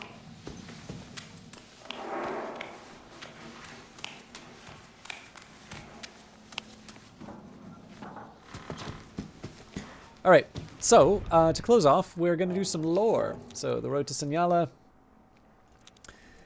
Personnel report. Murkoff Corp. Interorganizational letters only. Copy. Heading removed. Report to board on Project Lathe personnel. Per the board's request, please find below a tally of the last month's deaths and injuries incurred in Dr. Easterman's limbic aggression therapy, Project Lathe.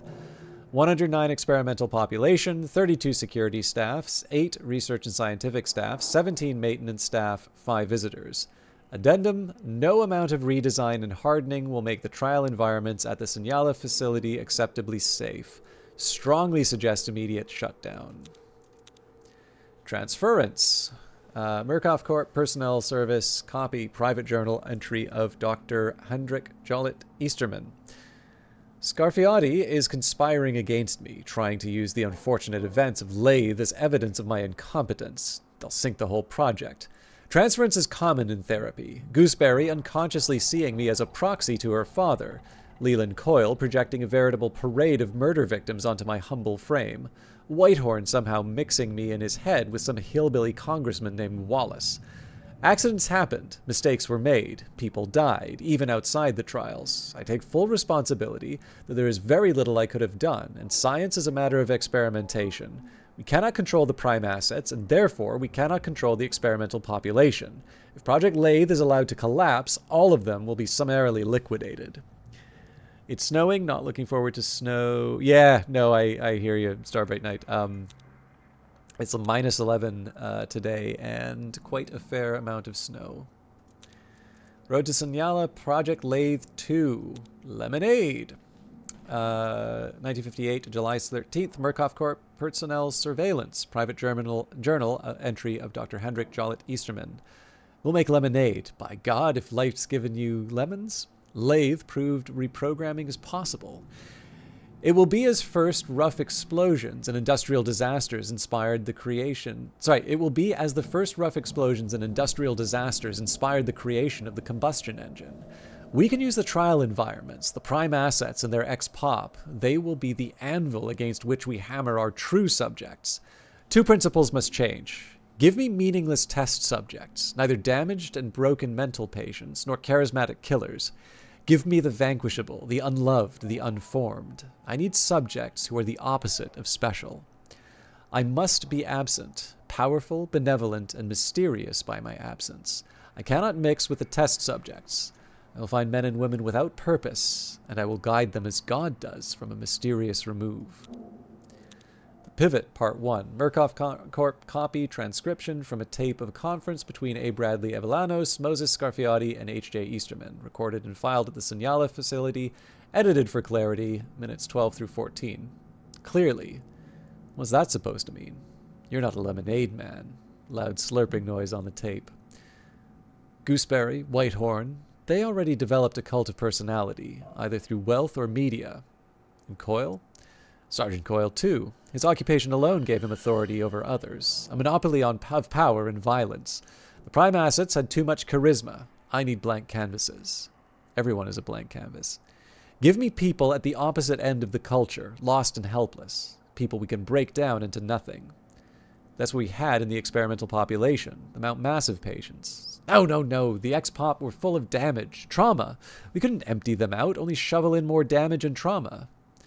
And your dispossessed would not be similarly damaged?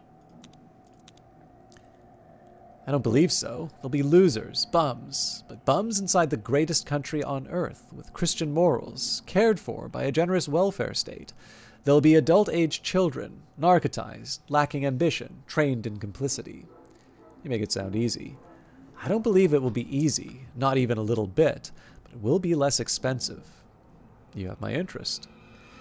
If you let them shut this down now, you're just throwing away Murkoff's money. But if we pivot to the next phase of the experiment, we're just keeping things rolling. There's almost no new expense outside gathering reagents. Reagents? There'll be more chemical components to this phase? No, reagents, our new experimental subjects. The center of Lathe 2 will be reagents. When they're finished, when they're ready to be released into the world, they'll be agents we can release into the culture that cause change without being consumed. This is your promise for Project Lathe from the start. We're millions of dollars into a failure. And if we stop now, that's money wasted. If we keep going, we could make history. Not as an idiom. I mean, literally, we could make history. A vertical slice of the human brain. Murkoff Corp. Copy. Internal Signaler correspondence with Dr. Hendrik Jollet Easterman. CC J. Lawler Langley. Mr. Baranzik, I hope the memprobate remains efficacious. I find the effect on my wife near miraculous, and I trust that it's helping you keep the steady head and hand I've always admired in your character, despite the recent setbacks. Especially as you'll soon be making a recommendation to the board about whether or not Signala will continue to receive funding. A. Bradley Avellanos should have already reached out to you with the good news that we have found a way to salvage the current resources and push forward into even more exciting research. I wanted to follow up with some scientific specifics. Project Lathe created a psychotics, which is at least a partial success. We're working to create agents willing to do anything, and murder is of course a prime boundary of taboo, but our success here lacked necessary subtlety and control. Project Lathe was based in classical operant conditioning, focusing on subconscious triggers. It was crude, and it was effective. However, it revealed an unexpected and extremely promising side effect. Our recent setbacks provided us with an enormous number of Lathe subjects for autopsy, and those revealed strange tumor-like growths in the parietal lobes. This, taken in light of recent discoveries from Doctors Penfield and Jasper, suggests an avenue for a more precise form of operant conditioning. My few days will be dedicated to a very limited proof of concept, after which I will share my theory. I just want you to know that great things are coming. Expect more from me.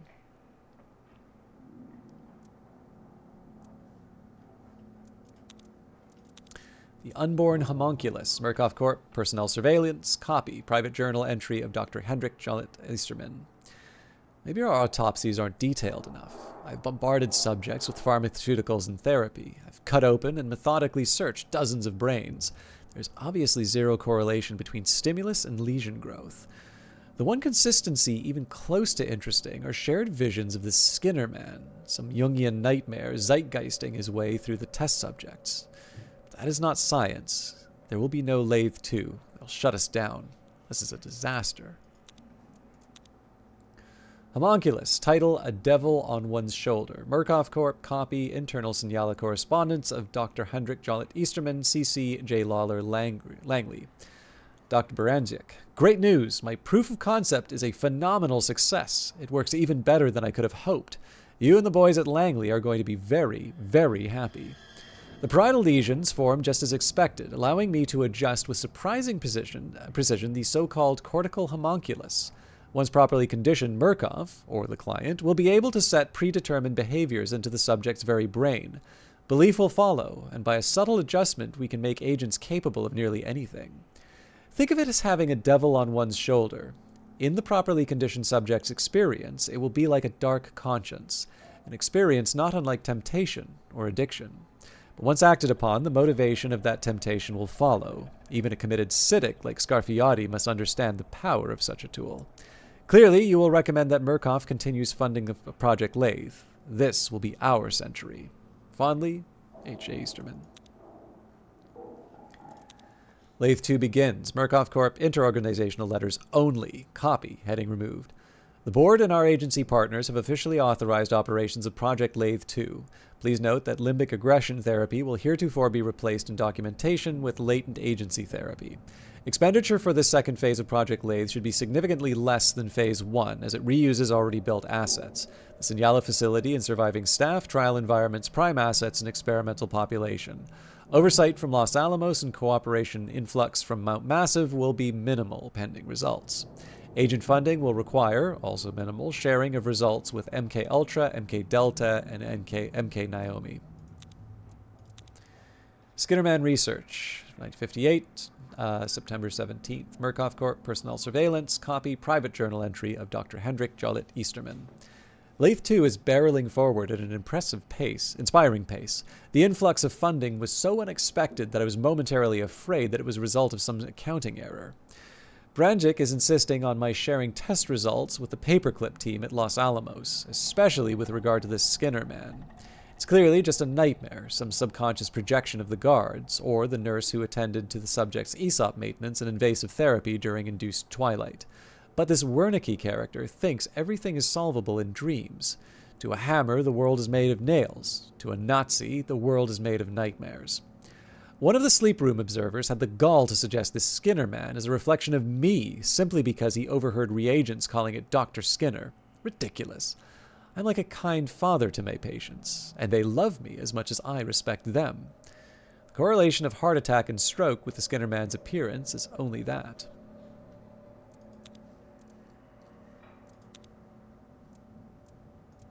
Lathe sorry, let me just double check. Yeah, Lathe redesign. We'll do the road to Senyala stuff, and then I think we'll wrap up there.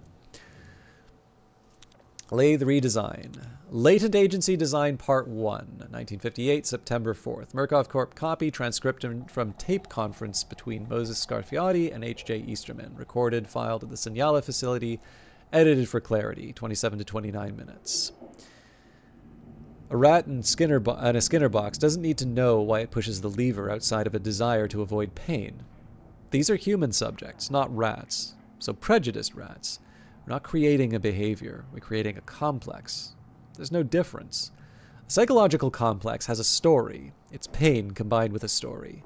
Let's say somebody is frequently burned with cigarettes. They will quickly learn a fear response to smoldering cigarettes. Their behavior will change to avoid cigarettes. Now let's say someone is frequently burned with cigarettes by their beautiful and voluptuous mother, who whispers, I love you, but the donuts are making you fat. That person hasn't just learned a behavior. That person has a complex. So they're not afraid of cigarettes. They're afraid of donuts? This is your big revelation? It only starts with donuts. It's an absurd example, but follow it. That donut was suggested by your voluptuous mother. Not my mother, some rhetorical mother. My mother would never. Some beautiful, busty, platonic mother. Blouse one button down on a warm day. A swept-damped strand of her hair plastered to her brow. What does the unconscious brain link to the donut? You can see the complications. And so you add the complications. Contradictory objectives, justice through lies, love through punishment, faith through absurdity, mercy through violence. Yes, exactly. Extreme contradictory taboo, so provocative as to strip everything of meaning, leaving a blank place where we can instill precise psychological complexes. Unintelligible. It does not require enormous redesign. The trial environments will have the same basic shape and aesthetic. Coyle will believe he is the law in his private fiefdom. Gooseberry will behave as she is in her make-believe world of childhood joy. Their relief, their control over the ex-pop creates a furnace of violent taboo within which we can burn away the reagent's personalities. It's too complicated. It has to be difficult or they won't learn. They have to participate in the lesson. So tell me what they're learning here. Gates and keys, these symbols. These symbols all represent luck. The marks on playing cards, rabbits, stars. Luck, fortune, wishes. The law is arbitrary. A murderer's punishment much more than an attempted to murderer. They're simply being punished for the same component, or more likely for being lucky. They have to believe that the law is arbitrary, but simultaneously undeniable. Talking to you is exhausting. They will believe that a donut is nothing but a donut, and then we can show them what the donut really is. The Architect. Scarfiotti recommendation. Murkoff Corp. Inter-organizational letters only. Copy from 1955, October 21st. Private correspondence between S. Gottlieb and A. Bradley. Heading remove. Dr. Bradley. I understand you need an architect for a project in Arizona. Our friend Alan has a recommendation for you. In the Second War, Alan was stationed in Bern with a Navy engineer named Moses Scarfiotti. Moses was one of the few, it seems, who could keep up with old Alan's extracurricular activities. He's a Stanford man, top of his class, and more importantly, one of us. You can trust him. The agency would highly recommend you consider him. Sidney Gottlieb, Chief Chemical Division, TSS. Scarfiotti job interview. 1955, November 3rd. Transcription of an interview with A. Bradley and Moses Scarfiotti. Have you been? I don't have children. Doesn't matter at all. You have to go. It's the future. I mean, if we have a future. I kept telling me to go. And finally, Halliwell? Correct. Disneyland. It's like an audible coin shorter. It's behavioral architecture. The space moves the people through it. The shapes instruct visitors how to behave. It doesn't matter what you think you want. Just being in Disneyland erases whatever you woke up as this morning. It says, now be patient. Now be delighted. Now be hungry. Now be covetous. Now be compliant. It's wonderful. I've never seen so many happy people. How do you feel you understood the principles of how Mr. Disney achieved all this? Oh, sorry, and you feel you understood the principle of how Mr. Disney achieved all this? Correct. It's so clear once you've seen it. There were hints of this in Germany. It's like a cathedral built by Edward Bernays. Do you mind if I smoke? I'll have one. Did you watch the trial? McCarthy? Inaudible. Yes, well, I try not to get involved in politics. I don't know how many of you know this, but Edward Bernays is an interesting figure. So I think he was some kind of a relative of Freud. I think that's kind of coincidental, but he's sort of considered the founder of advertising and propaganda. So I think one of the interesting, I think it's really interesting that they talk about, I think it's interesting that they talk about smoking in here, because I think there was an example where he was hired by cigarette companies to help them sell more cigarettes. And I think the idea was to, this is like Mad Men crossed with like dark psychology, but I think the idea was to propose like cigarette, so the first insight was, well, get women to smoke, or at least more than they have, and to sort of promote the idea of smoking as sort of this women's liberation thing, and that like lighters were torches of freedom. But again, the purpose here was just simply to take sort of these cultural markers and align them with a particular outcome that he wanted. Now, this is a little bit of a tricky one to recommend. Let me just double check that I've got this here. I do quite enjoy his movies, but I would say that they are more like a, how do I put it? They're like a I don't know, they're like a well-crafted essay, but one that might be arguing something that you know, doesn't quite hold up to scrutiny.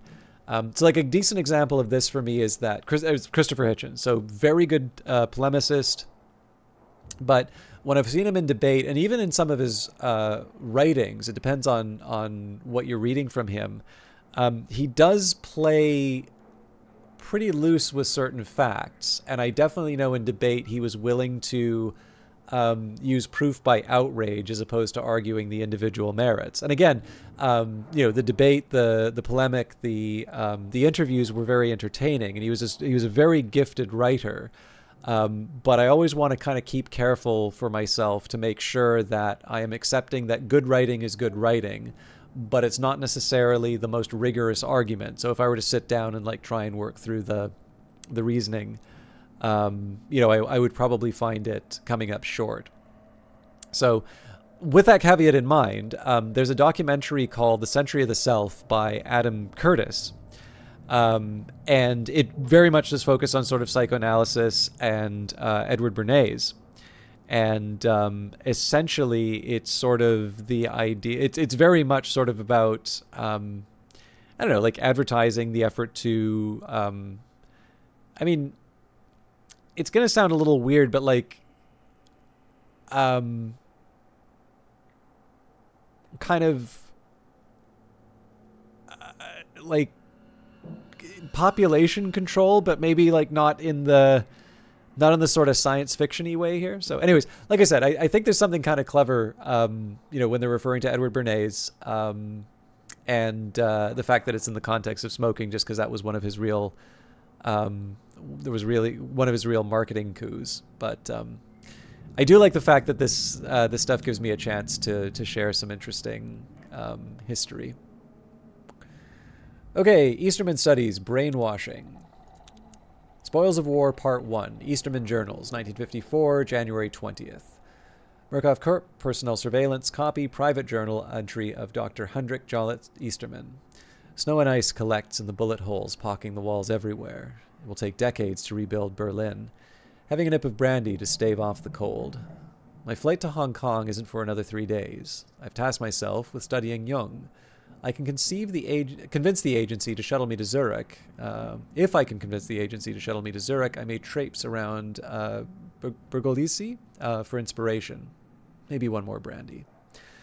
Berlin has in me the mind of the Second War. The spoils of every war before were land and treasure. But in this last and greatest of conflicts, the spoils of war are cultural. Say what you want about the evils of National Socialism. They have much to teach us about infrastructure, propaganda, leadership. Such things to come. Spoils of War Part 2. Archivist note, a second entry on the page dated January 20th, 1954. Deterioration in quality of handwriting suggests inebriation. True spoils of war were reaped in the Orient, in Hiroshima, in the use of weapons that could mean instantaneous global death and truly meaningless non-existence, extinction. Nobody will be remembered because nobody is around to remember. Anything is possible. Anything is permitted. Ideological Remodeling. Easterman Journals, 1954, January 24th. Murkoff Corp. Personnel Surveillance. Copy. Private journal entry of Hendrik Jollet Easterman. Hong Kong. Crowds of steam and noise. The incessant thrum of the textile factories. This is not a civilized place for thought. The agency wants a full investigation of the technique of the See Now, translated as wash brain, and has put me up in an observation post in Suanwan. They have a dozen veterans for my study, Western and Chinese, exposed to See Now techniques. But there are greater lessons I see in the Chinese Communist Party's admitted, even celebrated program of Su Xiang Qi Cao, or ideological remodeling. A deliberate shaping of a whole population, which by all indications is taking energetic hold. The brainwashing victims, on the other hand, are largely listless, near catatonic in between bouts of aggression. They're not programmed machines so much as broken children. Dr. Skinner, 1954, February 11th. Murkoff Corp. Personal Surveillance. Copy. Private Journal of Dr. Hendrik Jollet Easterman. I may have broken Private Ramus. I've been employing Benzedrine to pep him up to a talkative state, but his testimony has been a confusing mixture of repetition and contradiction. Our sessions are dependably cut short by the appearance of the doctor, or sometimes Dr. Skinner, the invisible specter that seems to manifest whenever asked too directly about the methodology of Ramus's captors. We increased Benzedrine dosage from 20 milligrams to 30 milligrams, and despite a brief window of lucidity, Ramus seized and has gone into a permanently catatonic state. Cardio and galvanograph readings suggest he still faces the torments of the doctor, along with the expression on his face, which is twisted permanently into an expression of pain and fear. It reminds me of nothing so much as the hideous smile on a Japanese Hana mask. Or Hanya mask? Hey, the exception. Thank you very much for the subscription.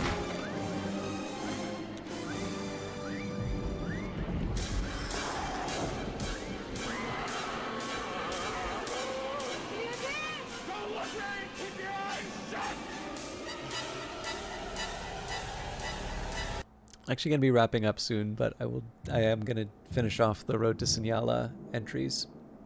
Road to Sinyala, Charisma. To Sinyala, Easterman Journeys, 1955, August 22nd. Murkoff Corp. Personal Surveillance. Copy. Private Journal entry of Dr. Hendrik Jollet Easterman. Date, 22nd August, 1955. The way to Sinyala is a long trip on bad roads. I feel like somebody's been kicking me in the spine. I find myself missing Irene, not only for her marital duties, but her not inconsiderable skills as a masseuse. I am writing supine, alone in a warehouse that could house an army. The space will do. We have electricity from generators. Drawing water from the Colorado or the Havasu will be a feat of engineering, but it is not impossible. We'll need an architect. Avalanos will be interviewing candidates. The collections department, too, is already at work researching potential subjects, both for prime assets and general experimental population. The desert is lonely, but it's a sort of loneliness that inspires focus. I find the sun a fountainhead of inspiration. I'm flushed with optimism. We are going to achieve phenomenal things here. Orbum Salus, Easterman Journals, 1955, August 25th. Private journal entry of Dr. Hendrik Jolliet Easterman, August 25th, 1955. Small dose of lysergic acid self-administered. Charisma, belief, investigating fundamentals. I've been burned by the sun. The desert is revealing to me some new truth I haven't yet unraveled. I called Irene and asked her to find the Julius Firmicus Maternus on my bookshelf, but she would or could not. There was something in Jung, the phallus of the sun. And animo descendus per orbem solis tributor. The sun is our only rational God, the center of all life, and yet to look directly at it would mean blindness. For a person to be truly transformatively charismatic, they must be unknowable and lethally dangerous. To look at them directly would make you blind. I'm just going to take a minute here to look up. I don't know that name, but given that there are some interesting connections to some history that I know, I kind of want to look up. U-I-U-S.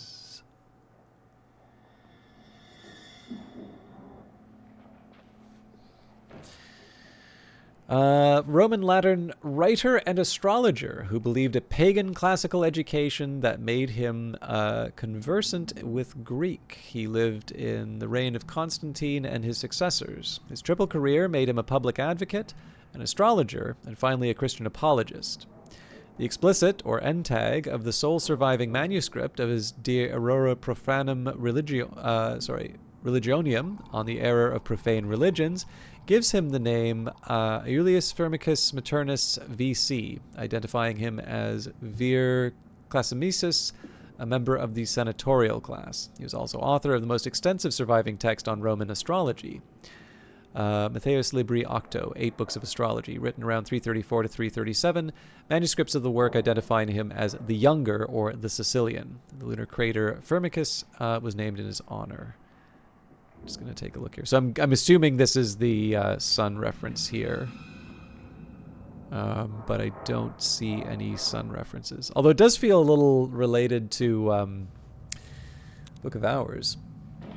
Charismatic Authority, Easterman Journals, 1955, August 25th. Archivist note, a second entry on the page dated August 25th, 1955. Private journal of entry of Dr. Hendrik Jolliet Easterman.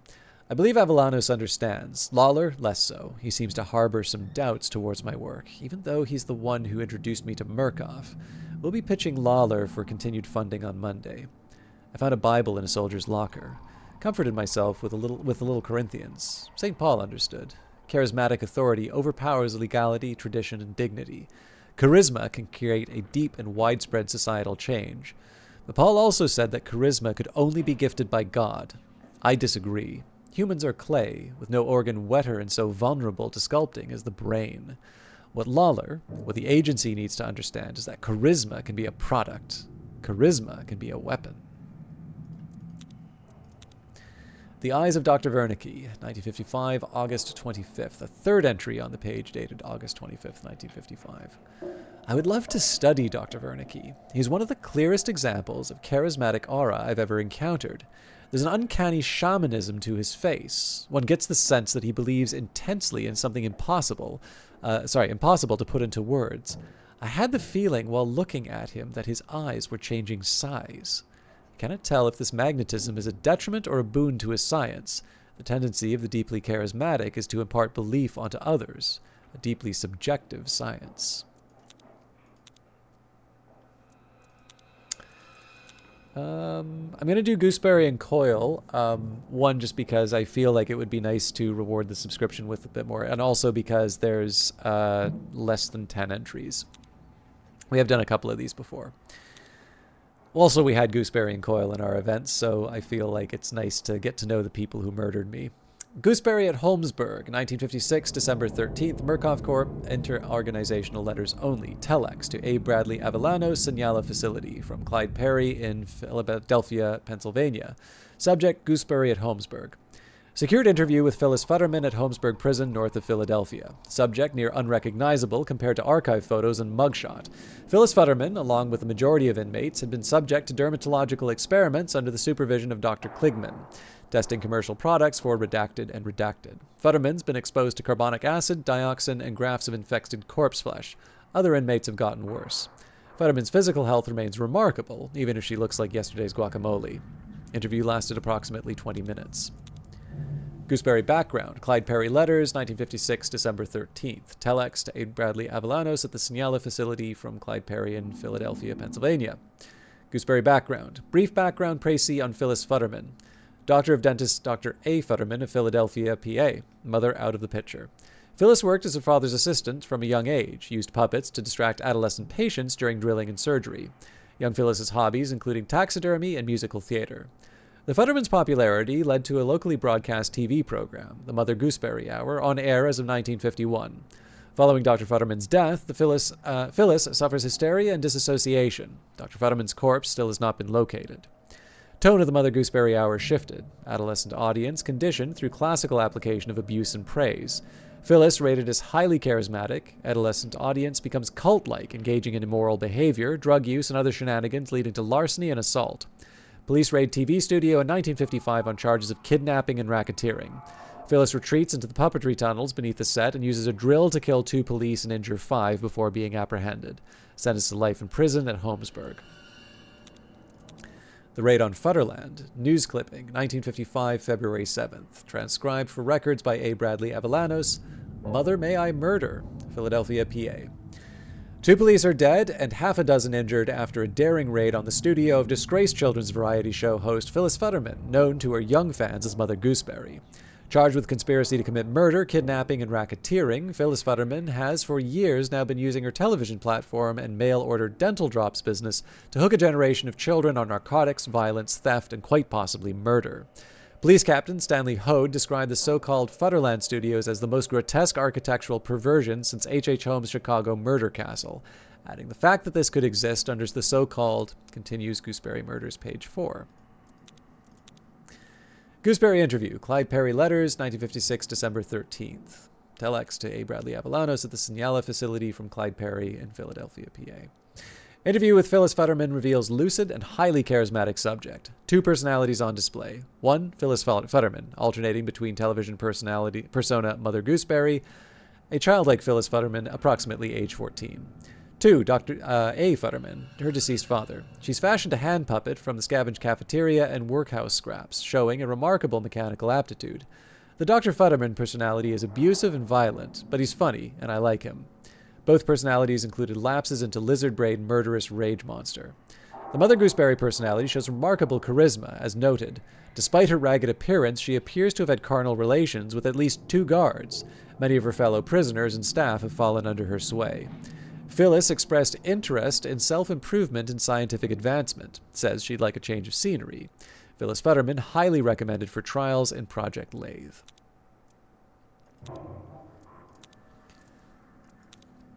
Coil Surveillance, Part 1 of 2, 1956, February 16th, Murkoff Corp. Interorganizational letters only, retranscription, March 1958 for internal investigation to A. Bradley Avellanos, Signala facility from Clyde Perry in Wichita, Kansas. Leland Coil Surveillance.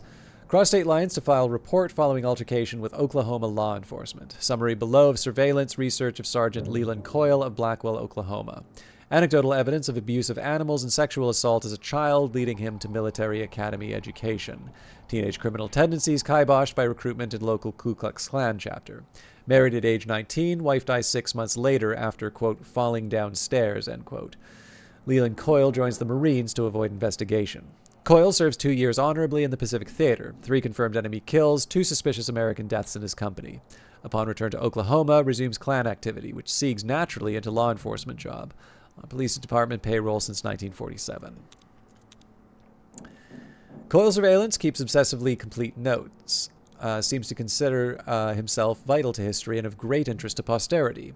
Extremely effective policeman. Enormous profit from exploitation of prison labor, extortion, and civil forfeiture. Multiple commendations. Coil marries a second time and extorts wife's family. Wife's family dies in electric fire. Wife flees to Chicago. Dies officially of natural causes. Body recovered between the 900 and 2,000 blocks of Costner Avenue. Coil promoted to sergeant, marries 3rd time, wife commits suicide within 6 months via multiple gut shot wounds to the head. while his family dies within a year, all apparent suicides via increasingly violent and convoluted methodologies. Sergeant Leland Coyle observed standing in a field watching a lightning storm on 5 separate occasions during surveillance. Coyle displays extreme charisma, extraordinarily popular among fellow police, high standing in Elks clubs, and VFW. Interview details to follow. Prime assets. Prime asset context. Murkoff Minutes, 1955, December 28th. Murkoff Corp. Interorganizational letters only. Copy. Transcription of conference. H.J. Easterman, Clyde Perry. So, Mr. Perry, Telex from the board said you'd have context for me. Context. Yes, general experimental population shouldn't be a problem. We have no shortage of lost and damaged men, but our prime assets. That's 2 words. Prime and assets? Yes, I need fountainheads of charisma and belief. So I should try recruiting down at 4-H. You're joking. Extended silence. Did you read any of the provided materials? I looked at the titles. Inaudible. What's that? Something you want to say to me? I would suggest you read Young's After the Catastrophe, at the very least. These prime assets are the centermost pillar of Lathe. The people you'll be looking for are exceedingly rare and exceptionally dangerous. Your only advantage is that they are also quite hard to miss. Hitler versus Mussolini. Murkoff Minutes, 1955, December 28th. Copy, transcription of conference, H.J. Easterman and Clyde Perry, 5 to 7 minutes. Sure, I think your words were fountainhead and charisma. Are you familiar with Adolf Hitler? I heard of the guy, yeah. Carl Jung saw both Hitler and Mussolini speak at a rally. Mussolini was boisterous, strong, cheerful. Everyone liked him. Charismatic. No, emphatically not. Mussolini was merely popular, a strong man. There's nearly one in every room. Hitler, on the other hand, was withdrawn, uncomfortable, an unattractive little man, until he began speaking, at which point Jung described him as a psychic scarecrow. All of Hitler's ranting, his spastic gestures, and his shrill voice, he seemed like a man possessed. You want me to find crazy people? No, no, no. I want somebody you can put in a sane crowd and 10 minutes later have a mob of lunatics. I want witch doctors. How many Hitlers are you looking for total? As many as you can find. As I said, they are exceedingly rare. Thank God.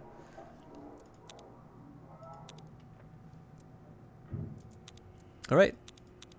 That's it. I thought there was something about Coyle beating the crap out of Perry.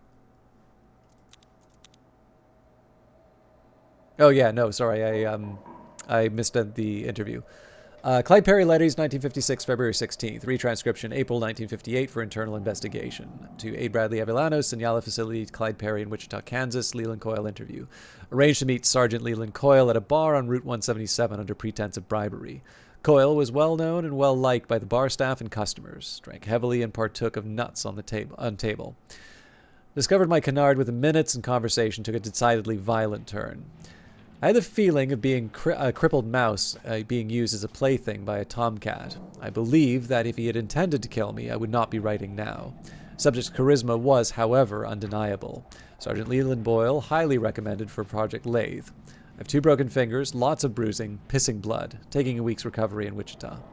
Transcription note, typo in telex above Clyde Perry typo Boyle for Coyle, likely an effect of broken fingers or inebriation. Okay, so I do want to do more of the lore, but I feel like that's a lot of reading for one night, and I think we had some good sessions, although again, sadly, I came up short on the escalation therapy. So, Ishma's, I don't know if you're still around, but thank you. It was a real pleasure to have some people hanging out and talking about the trials. Starbright Knight, it's always wonderful to see you. Thank you for stopping by. I'm sorry I was just reading. And the exception, again, your subs are never expected, but you have got a hell of a streak going. I'm pretty sure you are one of the most senior, if not the most senior, in terms of the subscriptions here. So thank you. I don't think I saw you say anything in chat. I'm sorry if I missed it. But I've got to wrap up because I think I've been doing like 5 hours of this. Anyways, let's I'll go to the main menu here, and we'll see if I can host somebody.